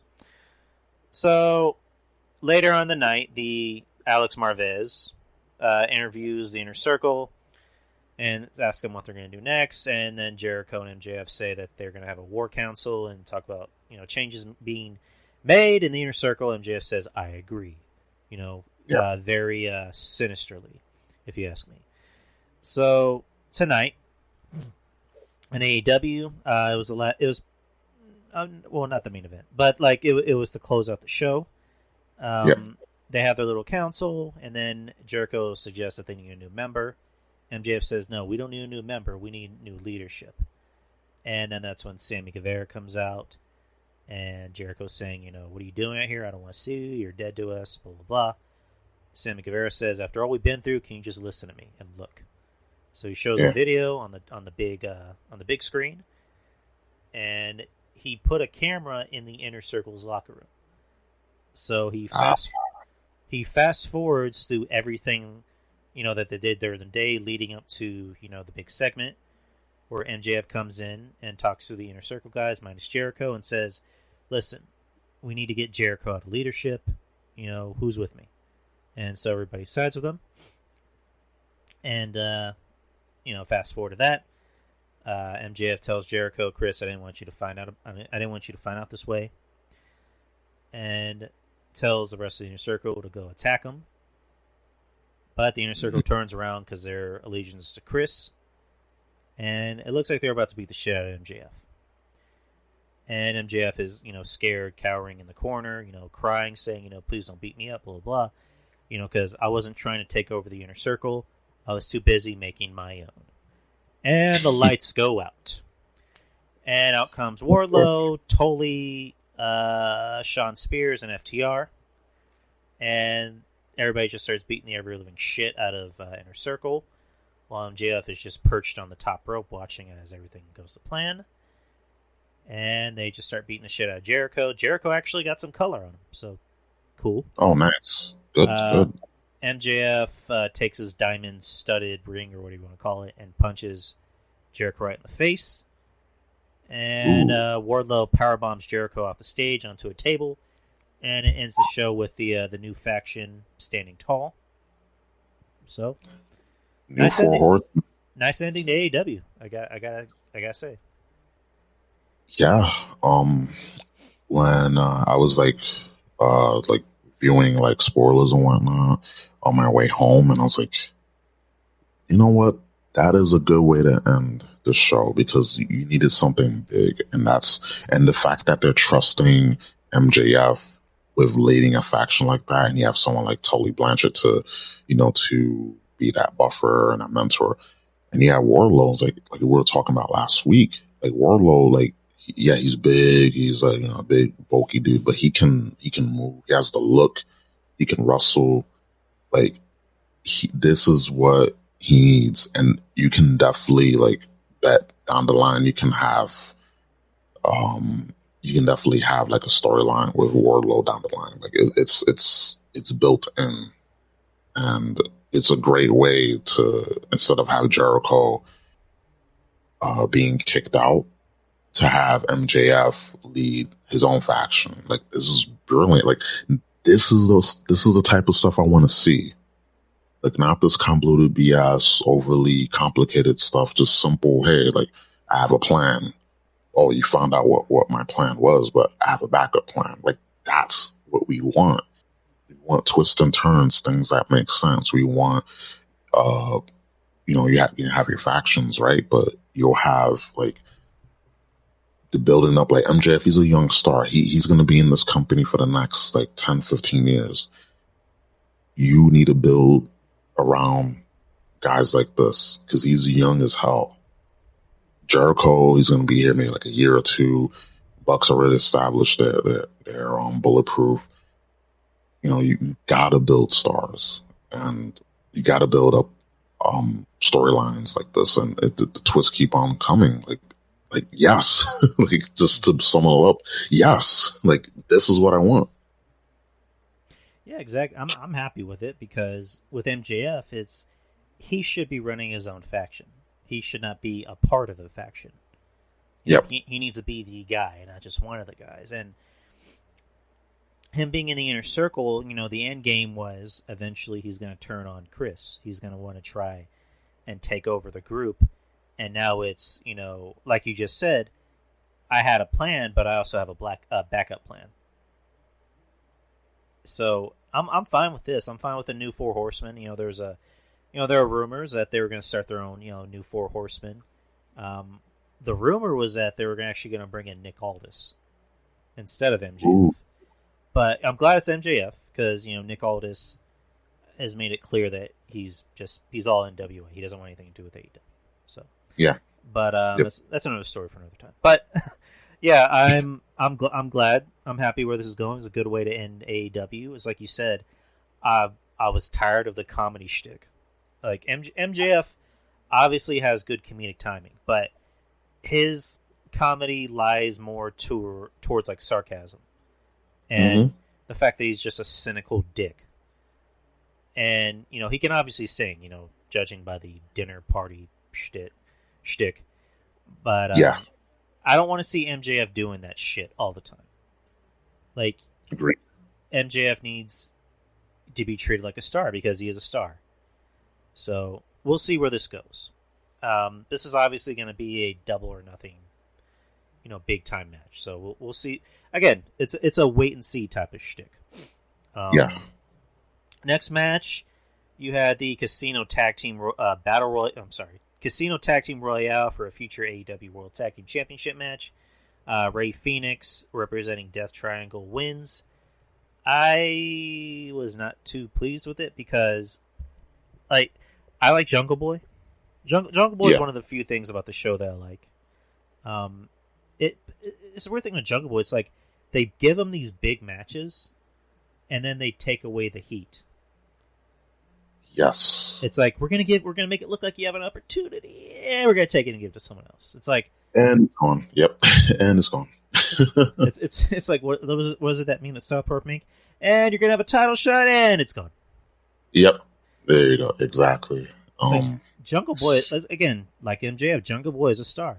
Like he is like him and Luchasaurus against the Young Bucks would have been a better match. Yeah. Pac and Phoenix. I like Pac, but it's just like, this match just I wasn't crazy. I'm not crazy about the winner. I just would have preferred if Jungle Boy won for his team. That would have been a better matchup. And again, Jungle Boy is a star. Yeah, I agree. This match, I was just like disinterested because if it wasn't going to be, Santana or Ortiz winning, which I feel like they should have a time to shine, but my favorite team, like since day one, was Jurassic Express minus Michael Stunt. I mean, he has his own place, but we're not here to talk about him. Yeah, the unemployment line, but go ahead. Yes. No, trust me, I feel the same way. But I mean, you got to have those gimmick characters, whatever. But like, not keep them away from like title pictures and all that. Like, just have them for the comedy relief stuff. But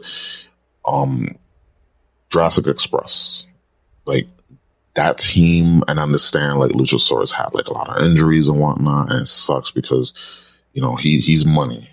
Like, not only does he have the look, he has that look. He's tall, he's athletic. You don't see that many. You don't see guys like that, big men look like that. And then you have an up and coming star, with Jungle Boy, and he can be a single star, down the line.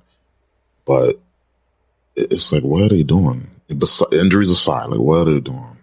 If it's not going to be Santana and Ortiz, and not, it's got to be Jurassic Express. Like, what are you doing? And I'm a big Death Triangle fan, but I don't know. It's not the time. I feel like Pac should be on his own, trying to go after, like, the mid-card title and working his way up the contending for the AEW World title, but at least for the TNT title, he should be in that contention first and then work his way up. But I don't know. It's just bad decision. Like, Jurassic Express, like, what are you doing with them? Like, their money tag team. What are you doing with them? Santana Ortiz, like, what are you doing? Yeah, exactly. I like both, especially Santana Ortiz, because I'm just like, how are these guys not put in a bigger spot on the show? Like, how are these guys not treated like one of your best tag teams? And I get it.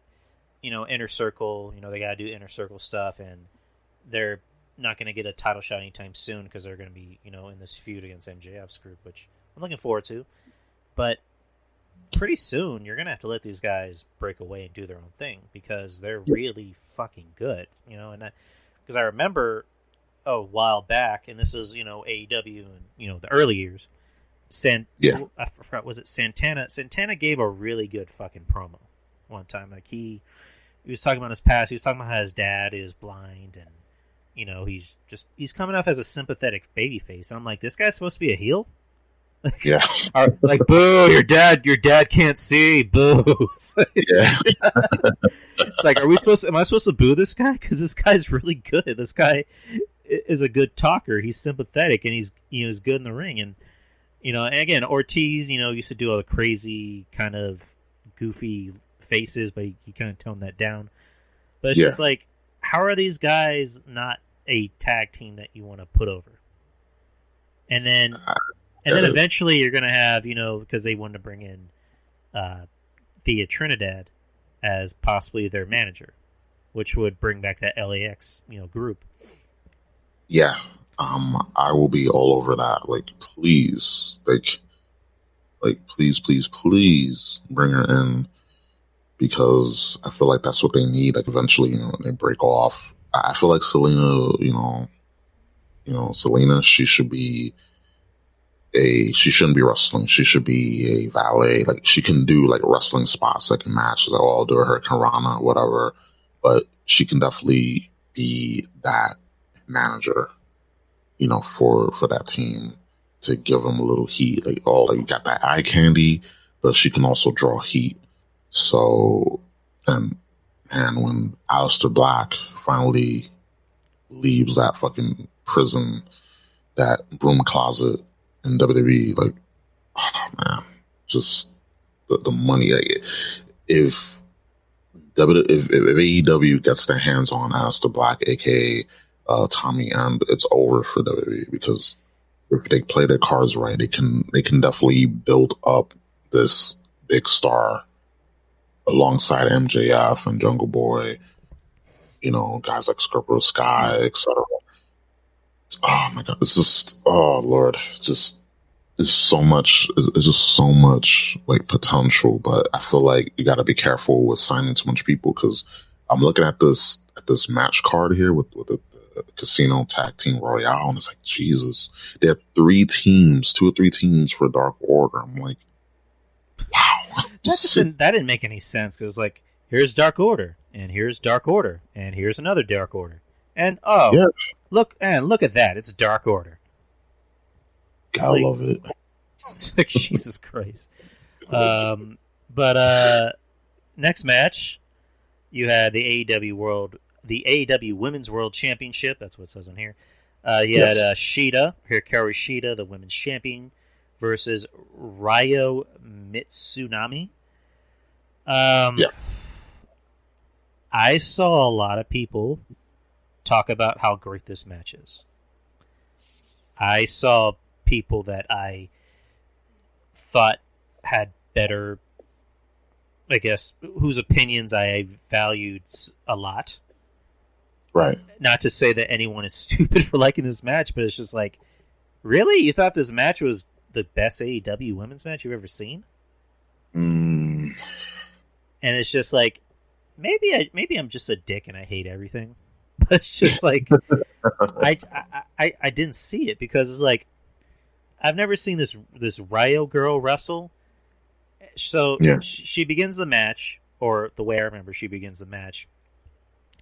She goes up to Sheeta and starts what looks like a chest slap, but it looks like she's just patting her chest. And I'm just like, what the fuck is this?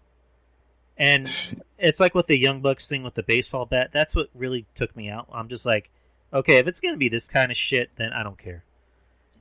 Thanks, Kenny Omega. Yeah, thank you, Kenny Omega, you bitch. But don't say that to me, Drew. I worked really stiff and hard to get these women on the card. I'm not doing that voice tonight. I can't. I really just can't. But it's fun for everybody else, but it's torture for me.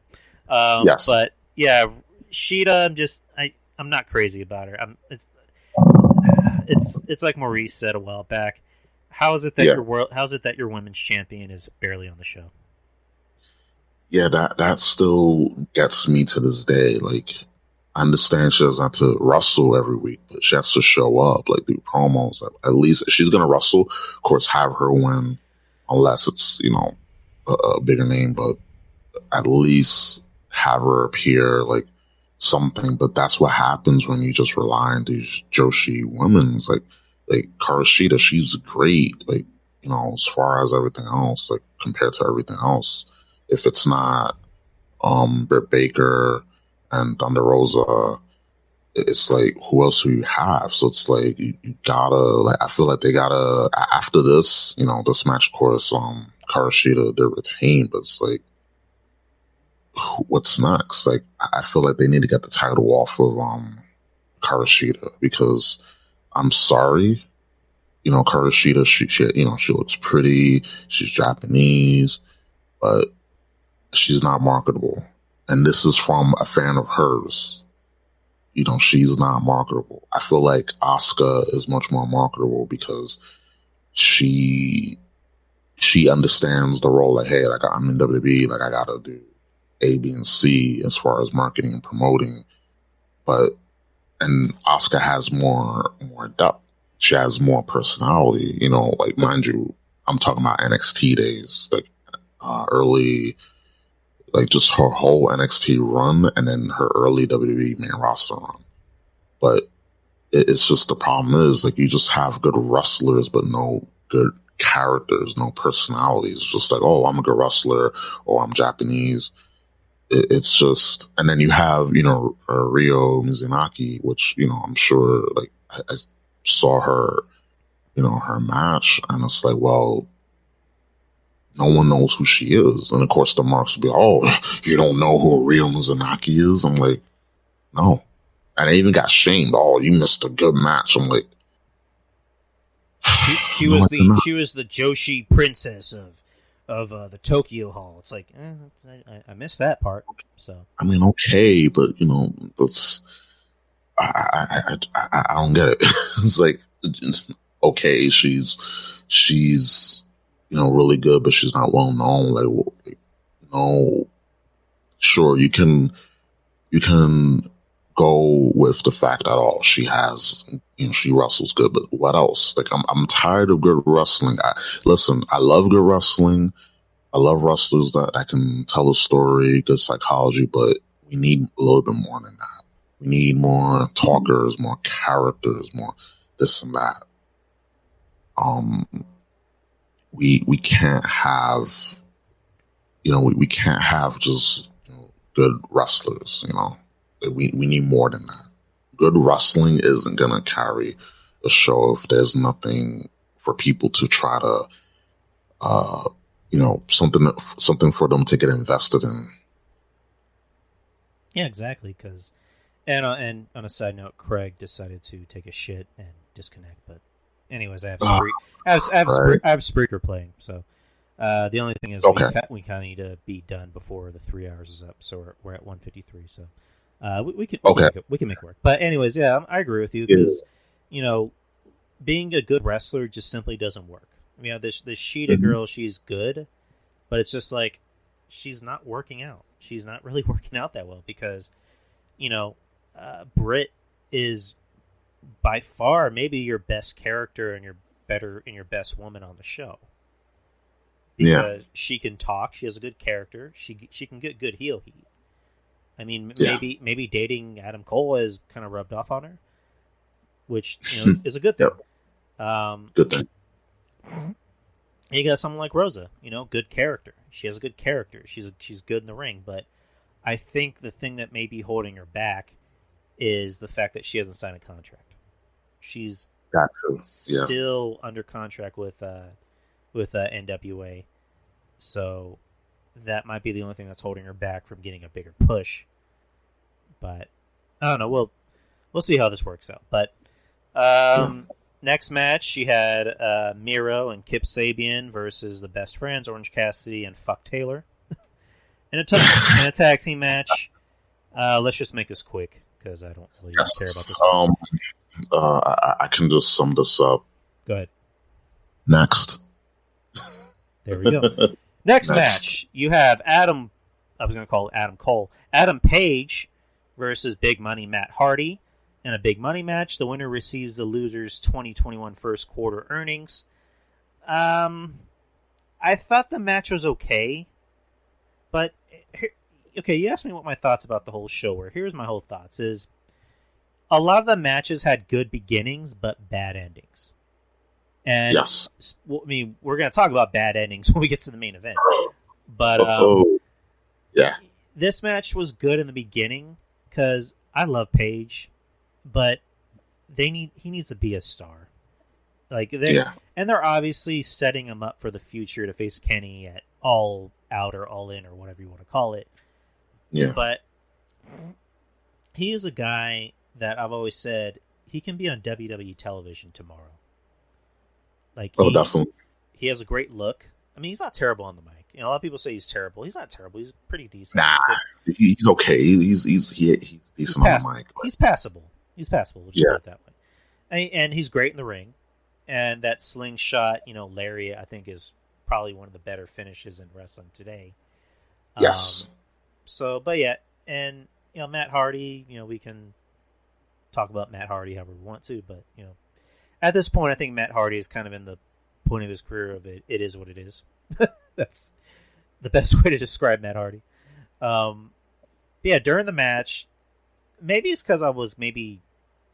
Okay, because I was watching the pay-per-view on my tablet at my desk at work. Okay. So, I was just looking away, but, why did the Dark Order and everybody else decide to come out? They came out because they had assisted Hangman during the match, during the ending sequence of the match, right. And Matt Hardy tried to knock him off of the apron, but then all the Dark Order make sure that he didn't fall off the ring, they help him up. So he's able to do his finisher on Matt Hardy with, the buckshot lariat. Right. So he was celebrating with them, and, he kind of embraced them. And I mean, maybe he'll be in the Dark Order, interim member, because they did help him, and he's starting to warm up to them, which is something. But I felt like if this was a big money match, have a suitcase of money. I don't know, something to make it feel big. You have all this money on here. Have Tony Khan take money off of his safe or whatever and put it in a briefcase and have AEW or big money match or whatever, or have Matt Hardy, something just to make it feel big, because it was missing that oomph. Things like that matter. The little things matter, and I feel like when AEW has something good going, they don't go all the way. and you have something like this, like big money match. Like this felt like a Dynamite match. If you had like that stipulation be like out in the open, like, hey, like, you know, whoever loses, they gotta, you know, their first quarter earnings go to the winner. It's like, hey, like, this is a big deal. This is money. This is fucking money. Like, how much does Matt Hardy get? How much does Hangman Page get? Like, how much? Like, we need to know these things so that way when we're watching this match, we'll be like, oh shit, like, I wouldn't want to lose this match. I want to win to not only get my winnings for the match, but also get the loser's first quarter earnings, you know? Like, these things matter. Yeah, exactly. I mean, because, again, it's attention to detail. Like, it would have been funny if after the match, Tony, like you said, a briefcase full of money, you know, from Matt Hardy's, you know, personal earnings from this year. You know, he's literally just taking money out of his briefcase and giving it to Adam Page, and things like that. You know? And Matt Hardy's just like, oh, like he's just crying, just seeing all of his precious money, you know, go to Adam Page. You know, that would have been a nice thing to do. It would have been funny, but. I don't know. Just AEW just needs to, you know. Sometimes they do things right. Sometimes they don't. Most of the times they don't. But anyways, let's move on to the next match. So we have the Face of the Revolution ladder match, a future AEW TNT Championship match from the winner. You had Scorpio Sky, Cody Rhodes, Penta El Zero Miedo, or just Penta. I'm just gonna call him Penta. Lance Archer, Max Caster, and a surprise entrant, Ethan Page, which went over like a wet fart. But yeah, I, again, enjoy the match for what it was. I like Ethan Page. I think he's talented, but to treat him like he's this big signing. Here's another thing that AEW needs to stop doing. Stop saying everything is a big signing. Yeah. Unless it actually is a big signing. Unless I see John Cena or The Rock or CM Punk or Brock Lesnar walk through that door. If I see, or I don't know, the spirit of Eddie Guerrero. If I see any of these, if I don't see any of those people walk through that entranceway, those are not big signings. Like so, and we'll talk about big signings after this match. But Ethan Page, like him, I think he's a talented guy. I think he's going to work out well in AEW, but he's not a big signing because really nobody knows who he is. Because not everybody, and by not everybody, I mean nobody, watches Impact Wrestling. So, again, good match, good spots. You know, Penta got a lot of good offense in. Would have been nice to see Penta win this. Lance Archer, I don't think should have really been in the match. Because it just looked kind of awkward with him, personally. I agree. Yeah. Someone's kind of off with him in the match. Again, going back to what I've been saying about this night, the match was good in the beginning, and then something always has to take me out of it. Cody hurting, quote unquote, I'm using air quotes, you know, hurting his arm, and instead of walking to because here's how I saw it going. He was going to go to the back. And then he's going to make his triumphant return to the ring and, you know, triumph over adversity. We see the motherfucker standing in the aisleway. Yep. Like, the match is going on, but the camera still has the motherfucker standing in the aisleway. Yeah, that really took me off the match. Like, I was just like, like, we got to stop this production, the poor production in these matches, you know, the sound, you know, the picture, you know, it's just something that has to, like, this company's been around for how long now? We can't use that excuse. Oh, they're a new company. It doesn't matter. You learn from your mistakes. You build up from, you know, your past mistakes and you do better. Like, you know, you're in the big leagues now. This is not, you know, a minor league. And when I saw that, when I was, you know, when I was watching the pay-per-view and I saw Cody in the frame, I was like, why isn't he going in the back? If he's going to do the spot, have him go to the back, all the way to the back, not by the entrance tunnel, all the way in the back, and then have him come back if they're going to do that. That just took me off the match, and it's like, Cody needs to turn heel. I'm sorry, he needs to turn heel because when he came back, people people were just booing him, and I was like, if I was there, I would be booing him too. Just the fact that he just has to insert himself in everything, and it's like give other people opportunities, please. Like, if you're gonna do this whole Triple H show, I gotta beat him. I gotta beat him in event. Like, do it more tastefully. But that just took me off the match. And you're right. Lance Archer, like, I feel like he should be booked better. He shouldn't be in this match. Like, he's awesome, but he should be built up to be a contender for the title, for the world title. And I don't know, and Caster, and well, you know, of course, Scorpio Sky ended up winning, and he had a good showing as well. Good back and forth with you know, Cody and with Penta. Like, I feel like Cody, Caster, and Scorpio Sky, they had a good, like, they meld together. But when you added Lance Archer, kind of like felt kind of like awkward and muddled, and Ethan Page, I was like, I mean, I saw him in Impact a few weeks ago. I'm like, I don't get it. It's just another vanilla. Like, I'm sure he's talented, but it's just, to me, another vanilla guy. Right. Nothing. And I love vanilla ice cream, but when you add, you know, chocolate, you add sprinkles and all that, and cherry, then it's good. But just plain vanilla, you gotta add something to it. You gotta have a little flavor. You gotta add flavor to it. Exactly. And then, you know, Scorpio Sky winning. Which okay, so I like Scorpio Sky. He doesn't bother me. He just like Ethan Page. You know, he's good in the ring, but I see him and I see Roderick Strong. Like, yes, good in the ring, but very vanilla. Yes. Like, there's just really nothing that interesting about him. And also, you know, him winning this Face of the Revolution to get another title shot. It's like, he's already had a title shot before. Like, yeah. Isn't the point of this is to give it to someone who hasn't really had a chance? Like, it's like with Penta. Like, you know, and, you know, on the show, it looks like they're going to do something with Penta because they teased a feud with him and Cody, which we'll see how that works out. And then I got like Max Caster, which I literally knew nothing about. And his whole shtick is, you know, coming out to rap to the ring and being controversial. And, you know, he was pretty good in the ring. Yeah.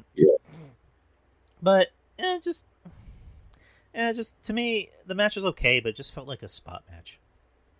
Yeah. I'll say this one more thing. I'll say this one thing before we move on to the big signing. Right. Max Caster, I know, like, his freestyle, like, people going crazy, including me. I feel like in the future, if he's booked right, if, you know, mind you, if he stays injury free, he will definitely be like someone that can contend for the TNT title. Because I know he's in a tag team, right? With Acclaim, but his partner is injured, so that's why he, you know, he's in this match. But his freestyle was just, I like this because, you know, this world is this soft, you know, stuff. You gotta watch what you say and whatever, like, things. This, I was like, man, like, if we can get something like this on TV, not every week before it gets redundant and just loses its just like flair, but just a bit more. Like, you sprinkle in once in a while, like, oh, this person really said this, and of course, you know, in taste and all that, and you gotta have timing for it. But that freestyle, if it was if this was said in front of a larger crowd, like if it was in a big venue, that would have definitely gone over. Like, everyone been like, holy shit. But I get what he was doing, but I felt like down the line he'll be something. But now, like, he had a taste, but down the line he'll be something big. Yeah, exactly. And I'm just to close it out, I'm pretty sure he's going to be a face pretty soon because, you know, and this is two very different guys. You know, John Cena, you know, when he was coming out to the ring rapping, you know, he was the heel because they saw him as, oh, he's just a white guy pretending to be black and blah, blah, blah. Eventually got him over because it was authentic. With this Max Caster guy, it's going to get him over as a face because, he's already creating some buzz. Oh yeah. And pretty soon it's gonna. I don't know if he'll be like a big megastar like John Cena, but he'll definitely be something. He'll definitely be a big player on the card, and that's all I'm gonna say about it. So. Definitely, yeah, I agree. So, on to the big Hall of Fame worthy AEW signing. Are you ready? I'm ready. I'm not. I don't think you're ready, Ruben. Are you ready? I'm ready. It's Christian Cage. Oh, damn, that was just a bunch of if blue balls had, if you look at blue balls in the dictionary, and no disrespect, because I'm a Christian fan, his WWE run, his singles run, I wish it would have been something like better. And he was amazing in the Royal Rumble. But when you look up blue balls, you will have Christian Cage next to the definition, next to that word in that definition, for sure. And let's kind of backtrack. So you had Paul White, outside the locker room, and they asked him, "Can you give us a hint of who it is?" Okay, I'll give you a hint. He can outwork anyone on the roster. It's not much. He comes to work. He comes to work early. He leaves on time. He's nice to everybody in the office. He brings his lunch. He brings his own lunch to work, and he shares. He helps little old ladies across the street. He'll also go above and beyond and help out other departments. John Cena, again. When I heard outwork everybody, I was like, okay, is that Kurt Angle?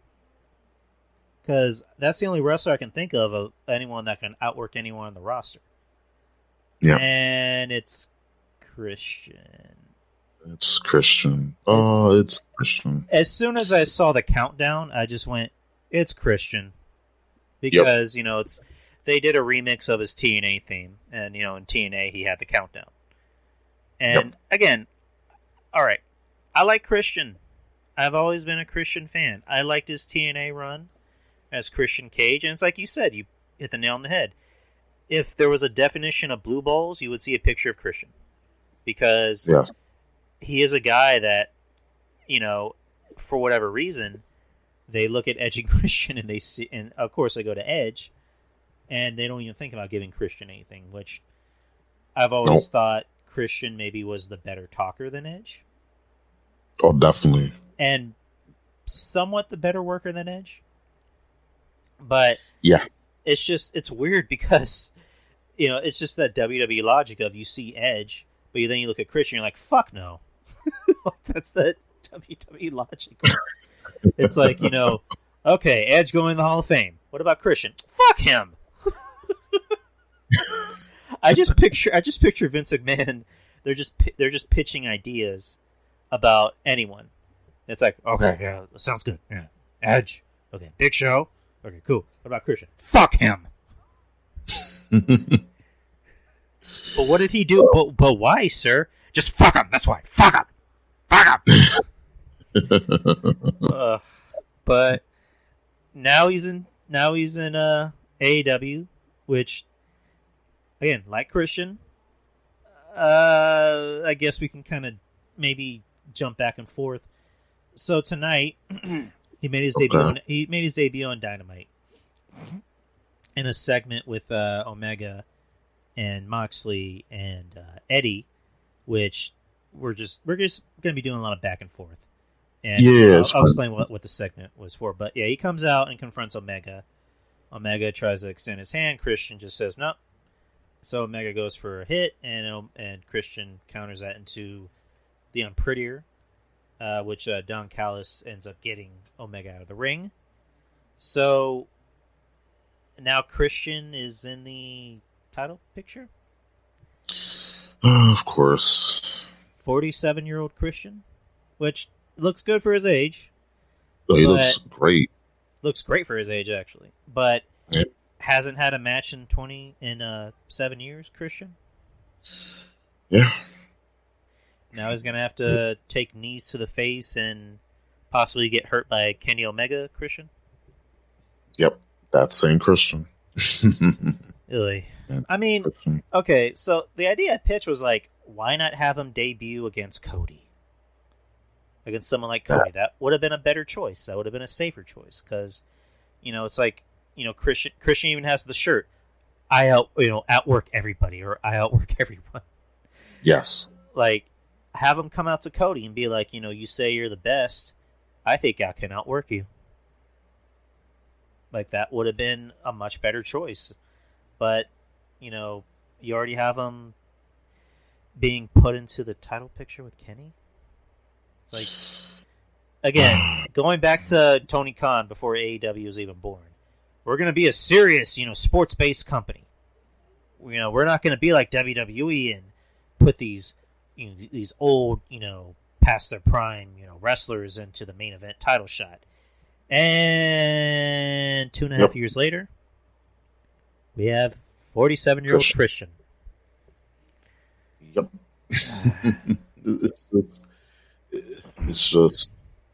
It's funny when you talk go back to what Tony Khan said when AEW was, it became a thing, but then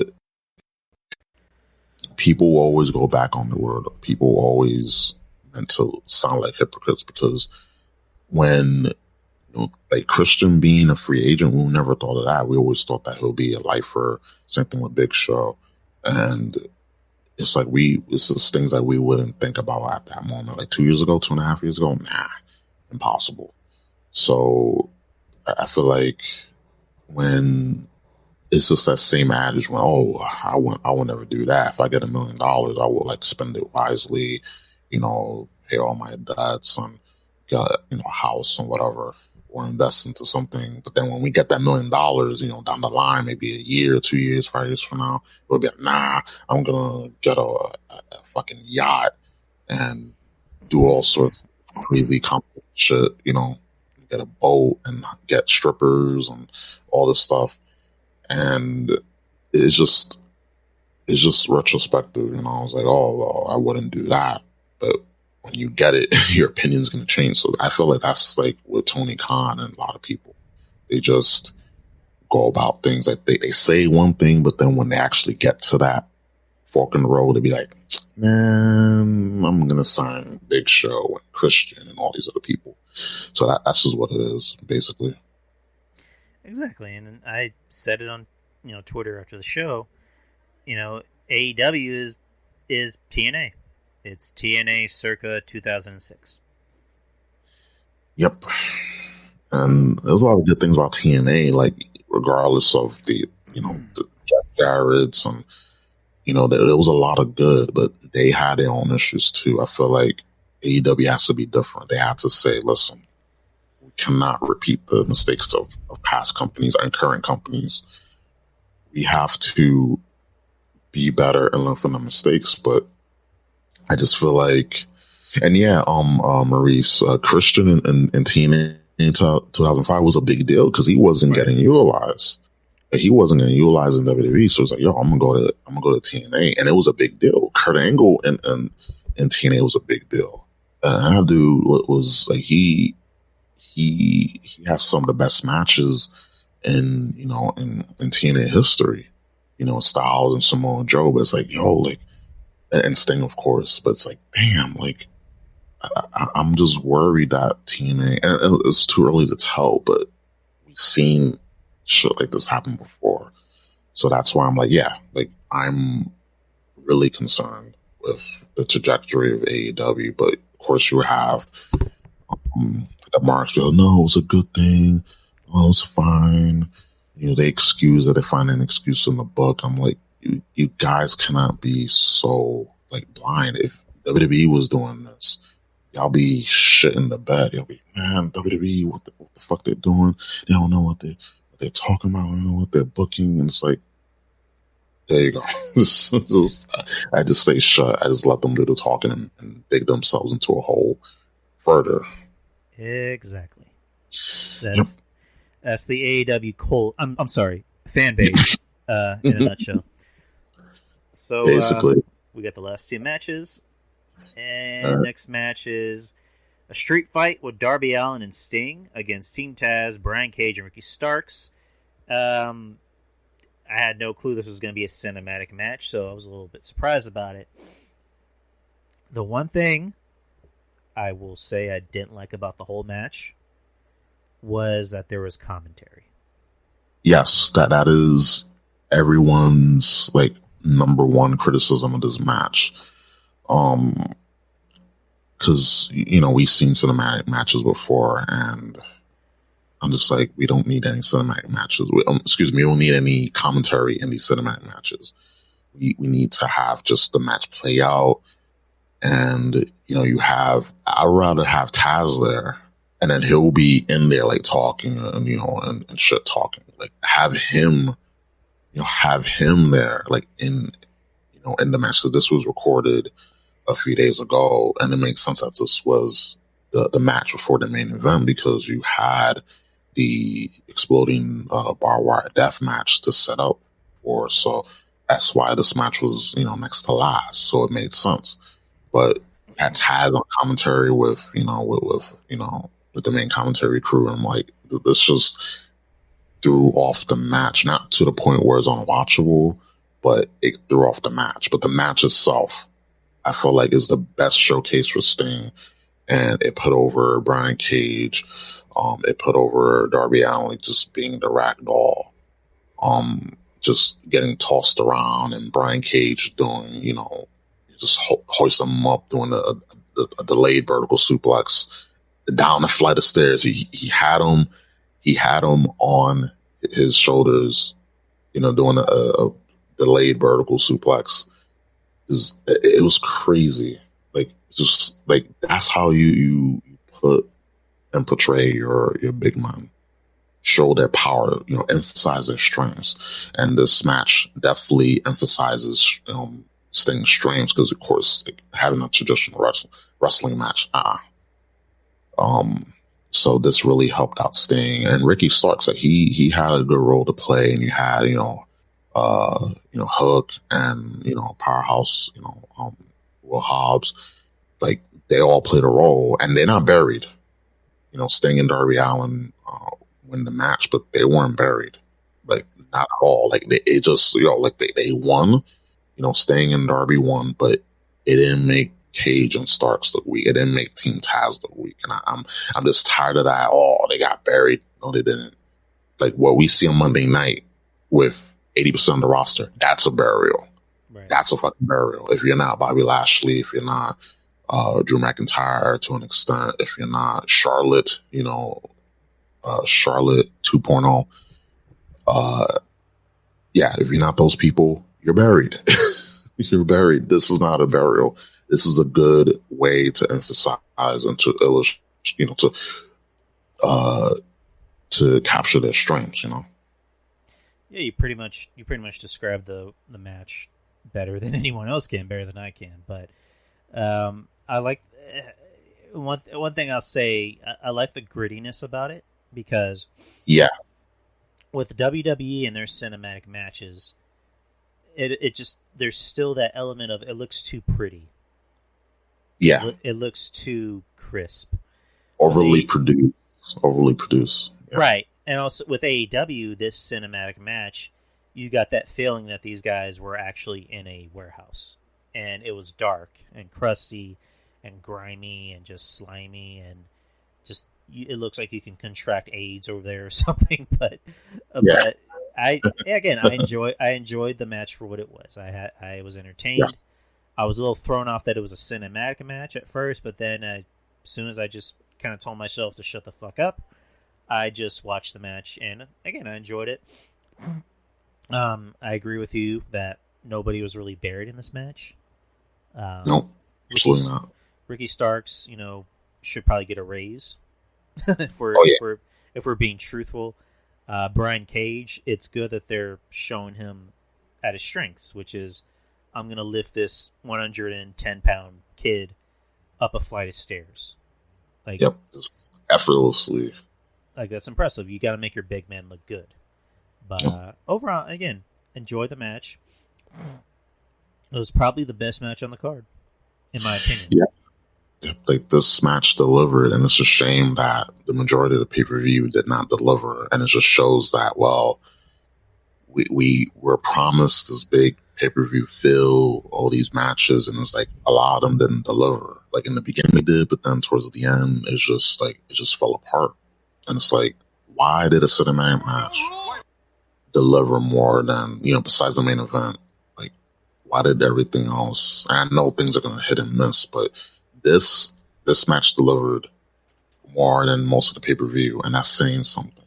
And everyone worked hard, but at the same time, like, you gotta produce these matches right. You gotta produce these, you gotta, put more story emphasis, more, psychology. You just can't go out there and just do the same type of match. You gotta do something different.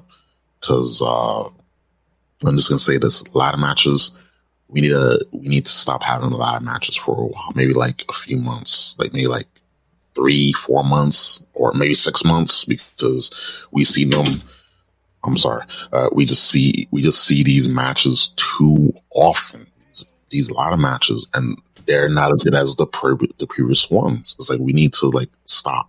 Just stop. Stop Exactly. it. I agree. I agree with you, man, wholeheartedly. Yeah. So now we're in the main event. Oh, baby. The barbed wire exploding death match for the AEW World Heavyweight Championship. You got Kenny Omega, the world champion, versus the challenger, Jon Moxley. All right. So, like I've been saying all night, Yes. and we got about 35 minutes until Spreaker cuts us off. So let's try and breeze through this as quickly as we can, but this will not leave out important facts. All right. Yes. Beginning of the match. There's a theme for this show, people. The beginning of the match. Yes. I enjoyed. Yes. I thought it was impressive when, the spots, with Moxley and Omega hitting the ropes and getting, exploded. I buy that. Those are some nice spots. Yeah. Moxley getting some color I thought was pretty cool, because you don't see that every now and then. No, you don't. Kenny getting some color. Kenny looking like, he was colored all over. Yeah. I mean, I don't doubt that the barbed wire was probably fake. Or at least maybe some of it. So, Yeah. Now let's get towards the end of the match. Oh, All right. boy. So there was one part of the ring, one part of the ropes that was conveniently not barbed wired off. Yeah. Which, I mean, if you're going to make it a barbed wire match, at least cover all areas or replace the ropes with barbed wire. I don't know. That's just me. That's just me being optimistic. But Go ahead. Yeah, but the reason why they had just 3 sides instead of all 4 sides was so that way, in case like anything happened, and also for them to like actually do moves on the ropes, on the ropes. I get why. At first I was like, wait a minute, just 3 sides, but I was like, okay, they definitely got to do like moves on the ropes. They gotta like have the wrestlers come in and out of in and out of the ring. Right. So I get it, but I felt like they could have MacGyvered it, but I understand for what they were doing with the constraints they had. I get it. And maybe if they were in a bigger venue, or maybe it was Joey Numbers suggested this. Why not just do that match in that football field? Yes, I actually listened to his to Frank and Gus show, and I was like, yes, I agree 100, 1,000, 1,000,000%, because it's just, you had that big football field, and they had that the Elite versus Inner Circle match, because in place of Blood and Guts, and I was like that was a good place to have that style of match, just chaos, just control chaos, but you had this type of match that we haven't seen before in a wrestling ring. And you had an empty arena after all the safety precautions and whatever, do all that, whoop-de-doo. Then you just blow that shit up into smithereens. you know, like, but again, too far ahead of myself. But it's just you have all these assets at your disposal. Like Tony Khan owns a damn football team. He has a stadium he can use.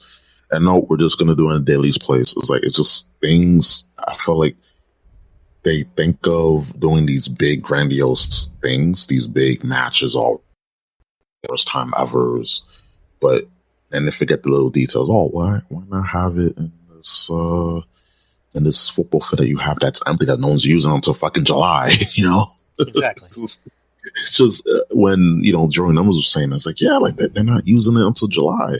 Like, dude, like you got. I just I can just rant because I listened to JD from NY's rant, and I was like, I am in total agreement with the signing, Christian being signed, and with the what happened after the main event. Like, it's crazy because even JD was criticizing AEW. Yeah. He's very fair when it comes to AEW. He's a little bit more towards AEW, but when they fuck up, he'll let you know. Listen, they fucked up. Like no, nothing to shake at, and nothing to to all like softball it. They fucked up, and they did. When they do, like you definitely know. All right, so. Yeah. Towards the end of the match, this is where it started to get a little haywire, or this is where they lost me. So you had Gallows and Anderson come out, which I listened to Cornette and Last talk about it. I gotta agree with Brian Last on this. Anytime I see Gallows and Anderson come out, I just go, oh. Like, I get that the whole point is that it's no rules, but it's just like, oh. Like, come on. So, Kenny Omega does not one, but two, one-winged angel thingies on Jon Moxley. The second being on a chair. Yeah. And that's how he wins. Yeah. So, early in the match, Jon Moxley ends up hitting Omega with a barbed wire baseball bat that exploded. So, that's not going to take Omega out, but a one-winged fairy angel thingy on a chair is going to take Moxley out. Yeah. When I saw that, like, I was like, I mean, you have a bat that's rigged to explode. Like, if this was real life, and mind you, we got to suspend disbelief, kayfabe, all that, even though kayfabe is dead. This, that, and the other, blah, blah. But in real life, you had something rigged to explode, and that that impacted someone's body, you would have been injured. So I felt like that should have been. It's like the Canadian Destroyer, like that move should, like, you hit that's it, it's done, match over, match done. But now with a lot of moves like the super kick, it's more so a move. A sequence. That move is in a sequence of events in a match to go to the next move rather than being the finisher. And the one thing that I'll say that a few things, but one of the things I had that I liked is when Omega did the one-winged angel, and then when he went for the pin, Moxley put his foot on the rope, and when you make contact with I forgot that. Yeah, that was good. Like, I was like, this is obviously after the match and everything, I was like, we need more of this. We need more of this in the match, so that way it can make sense. Of course, you have little hokey stuff, but with the two one-winged angels and all that, like, that got Omega down, but not the exploding barbed wire bat. I kind of was disinterested, but I was watching with friends. Like, we was doing like a friend of mine brought the pay-per-view and was all watching it. So we was watching it, and like that part was cool, but it just too calm. I mean, okay, so I go in real life, have something rigged to explode, and just hit someone. Oh, they just kick out at two. It's just things. I feel like if things were inserted into the match where it'd be like, oh, like we gotta, if they would have done that, and then Omega would have gone, or Mox would have gone for the pin slowly, and then the other person would have been like, oh, I gotta put my foot on the rope, so and cause the ropes to explode or whatever, then that would have made sense, because of course you're dazed and whatever, but the person that did the move took time to cover. That would make sense. But that boom, and it's just that's just the problem with these matches sometimes, just with wrestling in general. Everything's just too it just doesn't make sense. There's a lot of no selling, a lot of big spots, but it doesn't mean anything. Sad. I'm sad. Well, you're about to get even more sadder, my friend. So, oh boy, lay it on me. So I have the video up. Let's see if it can play. Hold on. Okay. All right. Tell me if you can hear this, dude. Yeah. We'll play it. You can hear it? No. Oh shit. You can't hear the stream? No. Maybe hold on. Let me watch it. I think you have to click on stream settings. Go to stream settings. Okay. I'm on the yeah. I'm on your, so you can play it. Okay. So yeah. Here is how this devastating match ended. Devastatingly. Get him over! No! Kicks it! Oh my!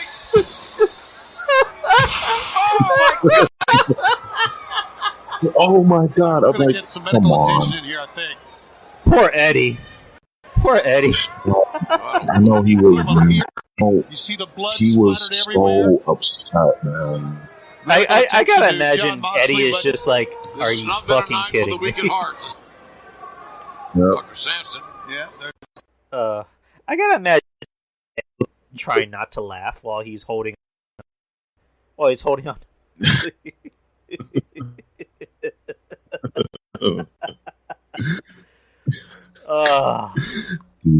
Raw on Monday night had more thunderous power.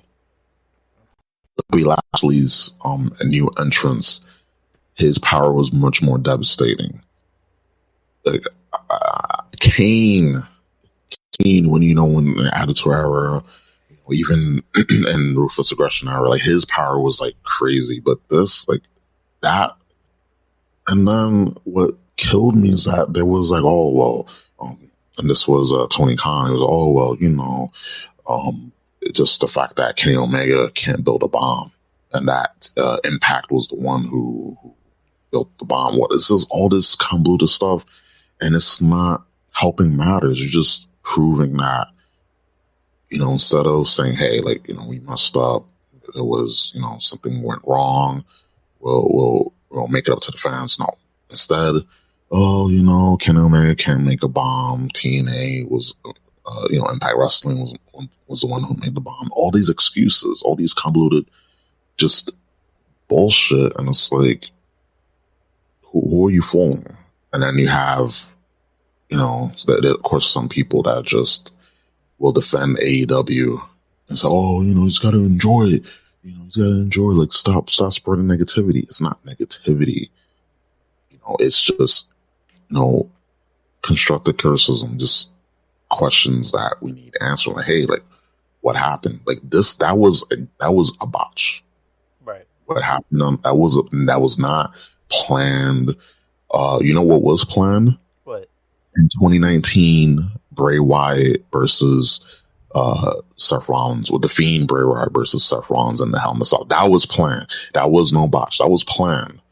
Like, people were mad about that, but that's all. Just it happens. It's crazy when you hear people trying to like justify this. It baffles my mind, man. Yeah, I mean, you have the fans. You know what? Even the AEW diehards couldn't defend the end of that match, even though he couldn't. But I don't think you really could. I mean, even if you just got to call a spade, but at least I'll say this with AEW: at least they got in front of everything and decided to acknowledge it instead of trying to say, or instead of trying to pretend it didn't happen. Yeah. They didn't pull a Men in Black and go, it didn't happen. Like they actually made fun of it. On tonight's show, they had, they had Moxley, make the joke of like, Impact paid for it. Well, that makes sense. And then, Don Callis saying, we didn't want to give John Moxley that satisfaction of being your hero after surviving that blast, so we built a dud. Yeah. And, we made Eddie Kingston look like an idiot. So I'm glad that they were able to say, hey, we fucked up. Yeah. And just at least like put a bow tie on it and make fun of it. So, good for them. Tony Khan is like someone who probably should not be talking to the media about anything. Like, yeah, I agree. Like, I heard his response. To me, it sounded like this. Huh, well, what did you expect? The ring to actually blow up? I mean, yeah. Yes. It's like watching porn and there's no cum shot. Yeah. It's like, what'd you expect? Did you expect this big titty blonde porn star to get cum all over her huge jugs? I mean, come on. Yes. That's exactly what we wanted. Yeah. Oh, well, sorry to disappoint you. That's just how it was. Like in the beginning, everything was, like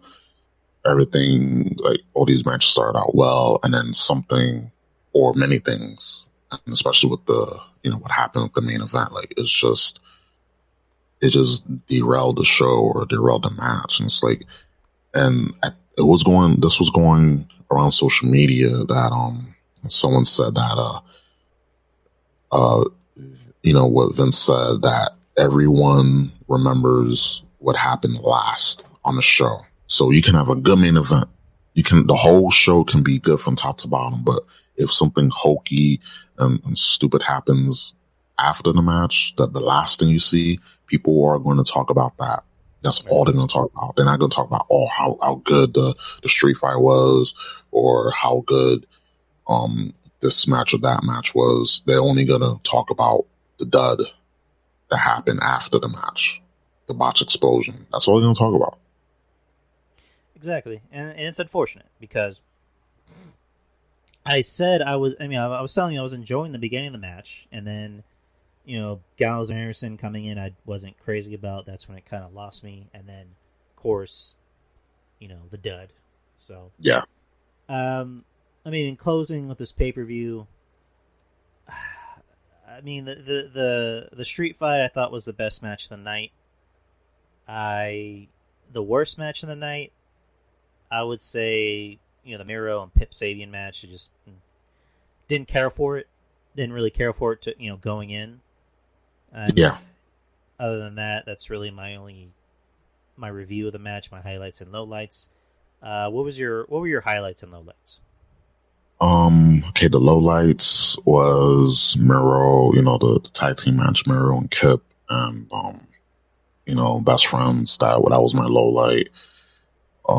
Another lowlight was just, of course, everyone's lowlight was the what happened, the angle after the main event. But the highlights, because we do got to talk about what's good, things we like, good things about the show. The street fight, the beginning, the first half of the main event, and Hangman Page versus Matt Hardy, like that. Again, good match, but just it just needed more. It needs something more. The women's match was like everything else is just I don't know. I felt like it was kind of a letdown. Like things started off well, but then it's just underdelivered, overpromised, underdelivered. Unfortunately. Yeah, that's the best way to describe AEW, just to be fair. So let's see how much time we have. We have 17 minutes until Spreaker cuts us off. Kyle asked a lot of questions, so Yes. Let's get to his questions. If I can open this shit up. Let's see. So Kyle asked 3 questions. Let's try to speed through them. So he asked, with weather changing and spring training, baseball back, is it beginning to feel like spring to you?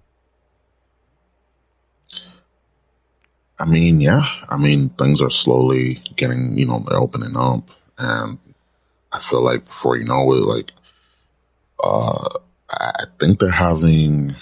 I'm sure that they're gonna have like sports resume. I know, like, a lot of stadiums they're gonna have like 20-30% capacity, 25% capacity. So I'm definitely sure, like, we're gonna have stuff like towards summer, around the summer of this year, open back up. And I mean, there's some things we need to have. Like, it's just all these, cardboard cutouts and virtual screens and Thunderdomes and things like that. Like, it's why more people been tuning out of wrestling. And even like, I mean, sports will always have more viewers than wrestling. Let's just keep it honest. But just overall, like, people just haven't been caring because there's no fans. Like, that's that third element, that crowd. I miss a crowd. I just hope with all this training coming back and just the weather getting nice, like, oh man, we need it. We fucking need it. Exactly. I mean, because I've always said wrestling needs a crowd. Sports, basketball, football, hockey. Well, I mean, I think hockey's doing all right, during the pandemic, but sports in general, they need a crowd. They need that hot crowd. They need that that genuine, authentic reaction. Same with wrestling. With WrestleMania, we're getting fans back, so we got that to look forward to. I mean, just for the fans to come back, but I'm not excited about WrestleMania this year because if you look at the matches that we're having, I mean, the only one I'm excited for is Reigns versus. It's going to be a triple threat. Like, it's just a matter of time. Edge, right. Reigns, and Daniel Bryan, which should have been Daniel Bryan versus Reigns, because that has more story. I love Edge. He's growing on me. Like, when he into his heel run, and then when he turned babyface, when he's feeling with Cena, and etc. And when he retired, like, I was a big fan of his. Like, truly, I was. But him coming back and then just having him insert himself into the main event, for going after Reigns' title, doesn't make any sense. There's no story. Like, when things make sense, people will gravitate towards it. Like, people wanted Daniel Bryan, and I don't want Daniel Bryan to win. I want him to kind of close that story for that feud, because that's been years in the making. Like, there's a lot of story between those two guys, and you're gonna put Edge in there? Like, what? This doesn't make any sense. Then you have Braun and Shane. You have and also the other match. That match is an abomination. Like, God, that's everyone is going to go to the bathroom at the same time. If anyone in the arena, they will go to the bathroom at the same time. I mean, if they could try, but I guarantee you, when that match is going on, people are going to be out getting snacks, trying to get Titus Catering, worldwide Titus Catering, getting beer, getting, popcorn, all that, getting hot dogs, but no, just that match, bad idea. And the other match I'm looking forward to is Bianca versus Sasha. That I'm excited for that match, but everything else, no. Right. Just no. Next question. What's something you've never done before that you like? I'm sorry. What's something you've never done before that you like to do when the pandemic restrictions ease? Ooh, good question. Good question. I just want to go out without wearing this fucking mask on my face because, like I mentioned last week, breathing in breathing in what you breathed out, which is CO2 in your mask for hours and hours. And I know for people who work for long hours or they commute, it's a drag to work out. It's a drag having to inhale CO2. You need clean oxygen. You need, that's actually detrimental to your health. So that just being able to go out, just out like to the city. I'm here in Manhattan, New York City, and I like to go out without wearing a mask. Oh, come right in, sir. Just sit down. I don't have to take my temperature and have my mask on. Like that. That's something I would like to do, and work out, of course. Yeah, I mean, for me, I just keep it simple. I miss going to Comic-Con. I want to be able to go on a plane. And, again, like you said, go to a restaurant and I have to, take my temperature, which those things are bullshit, by the way. Let's just get that out of the way. Go to a basketball game, go to a Spurs game, go to a wrestling event. It's just simple shit. Like, I just want to go. I just want to be able to go and live life the way I used to. Yes. That's just me. And also, hopefully, these movies are going to come out when they're supposed to and not be pushed back. Please, that's my hope too. So, last question. Why doesn't AEW form a partnership with a small promotion to be their developmental system? That is a good question. I don't understand why they haven't done that. Like, I felt like when, WWE, when they had, OVW, and then, they had NXT. Now NXT is like it's the third brand. Like, can't deny that that's a third brand. But with AEW, they need to develop stars. Like you have the ones on the main roster, AEW that are on television. Like you have a lot of stars. You have MJF. You have Kenny's. You have your John Moxley's, but you have also MJF, your Jungle Boys. You have your Scorpio Skies, et cetera, et cetera. But you need to build after those guys are built up. You need to build the next batch of stars after them, and they got the money, right? They got the cash for it. Tony Khan has the cash for it. Instead of making a AEW Dark Elevation or AEW Elevation, they just got to make a developmental. They definitely got to get a small company and just absorb it and just have, because the Nightmare Factory, no, it's just tiny. It's like a pinprick to what they really need to do down the line. But I agree, they should have a developmental going on for sure.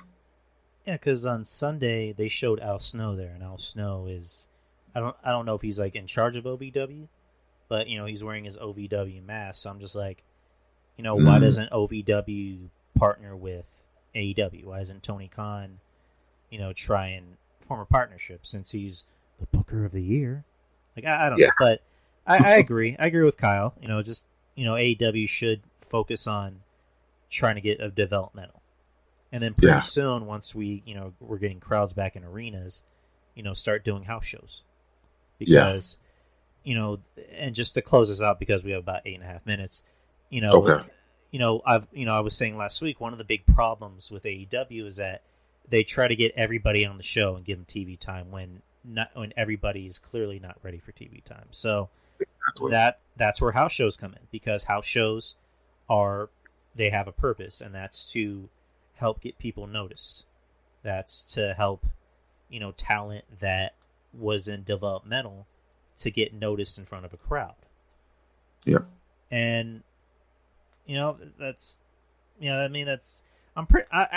can't see them not doing it, because they're all about talent.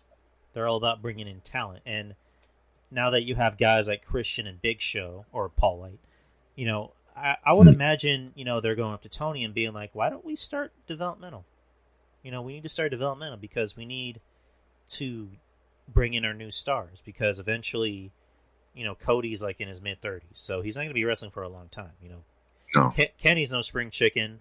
Moxley's no spring chicken. So a lot of their top guys are in their late 30s. So you need Jericho.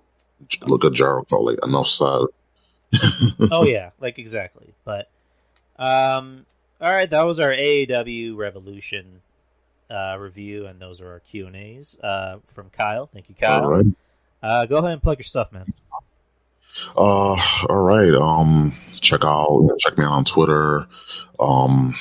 Unfortunately, we gotta be there for what we do.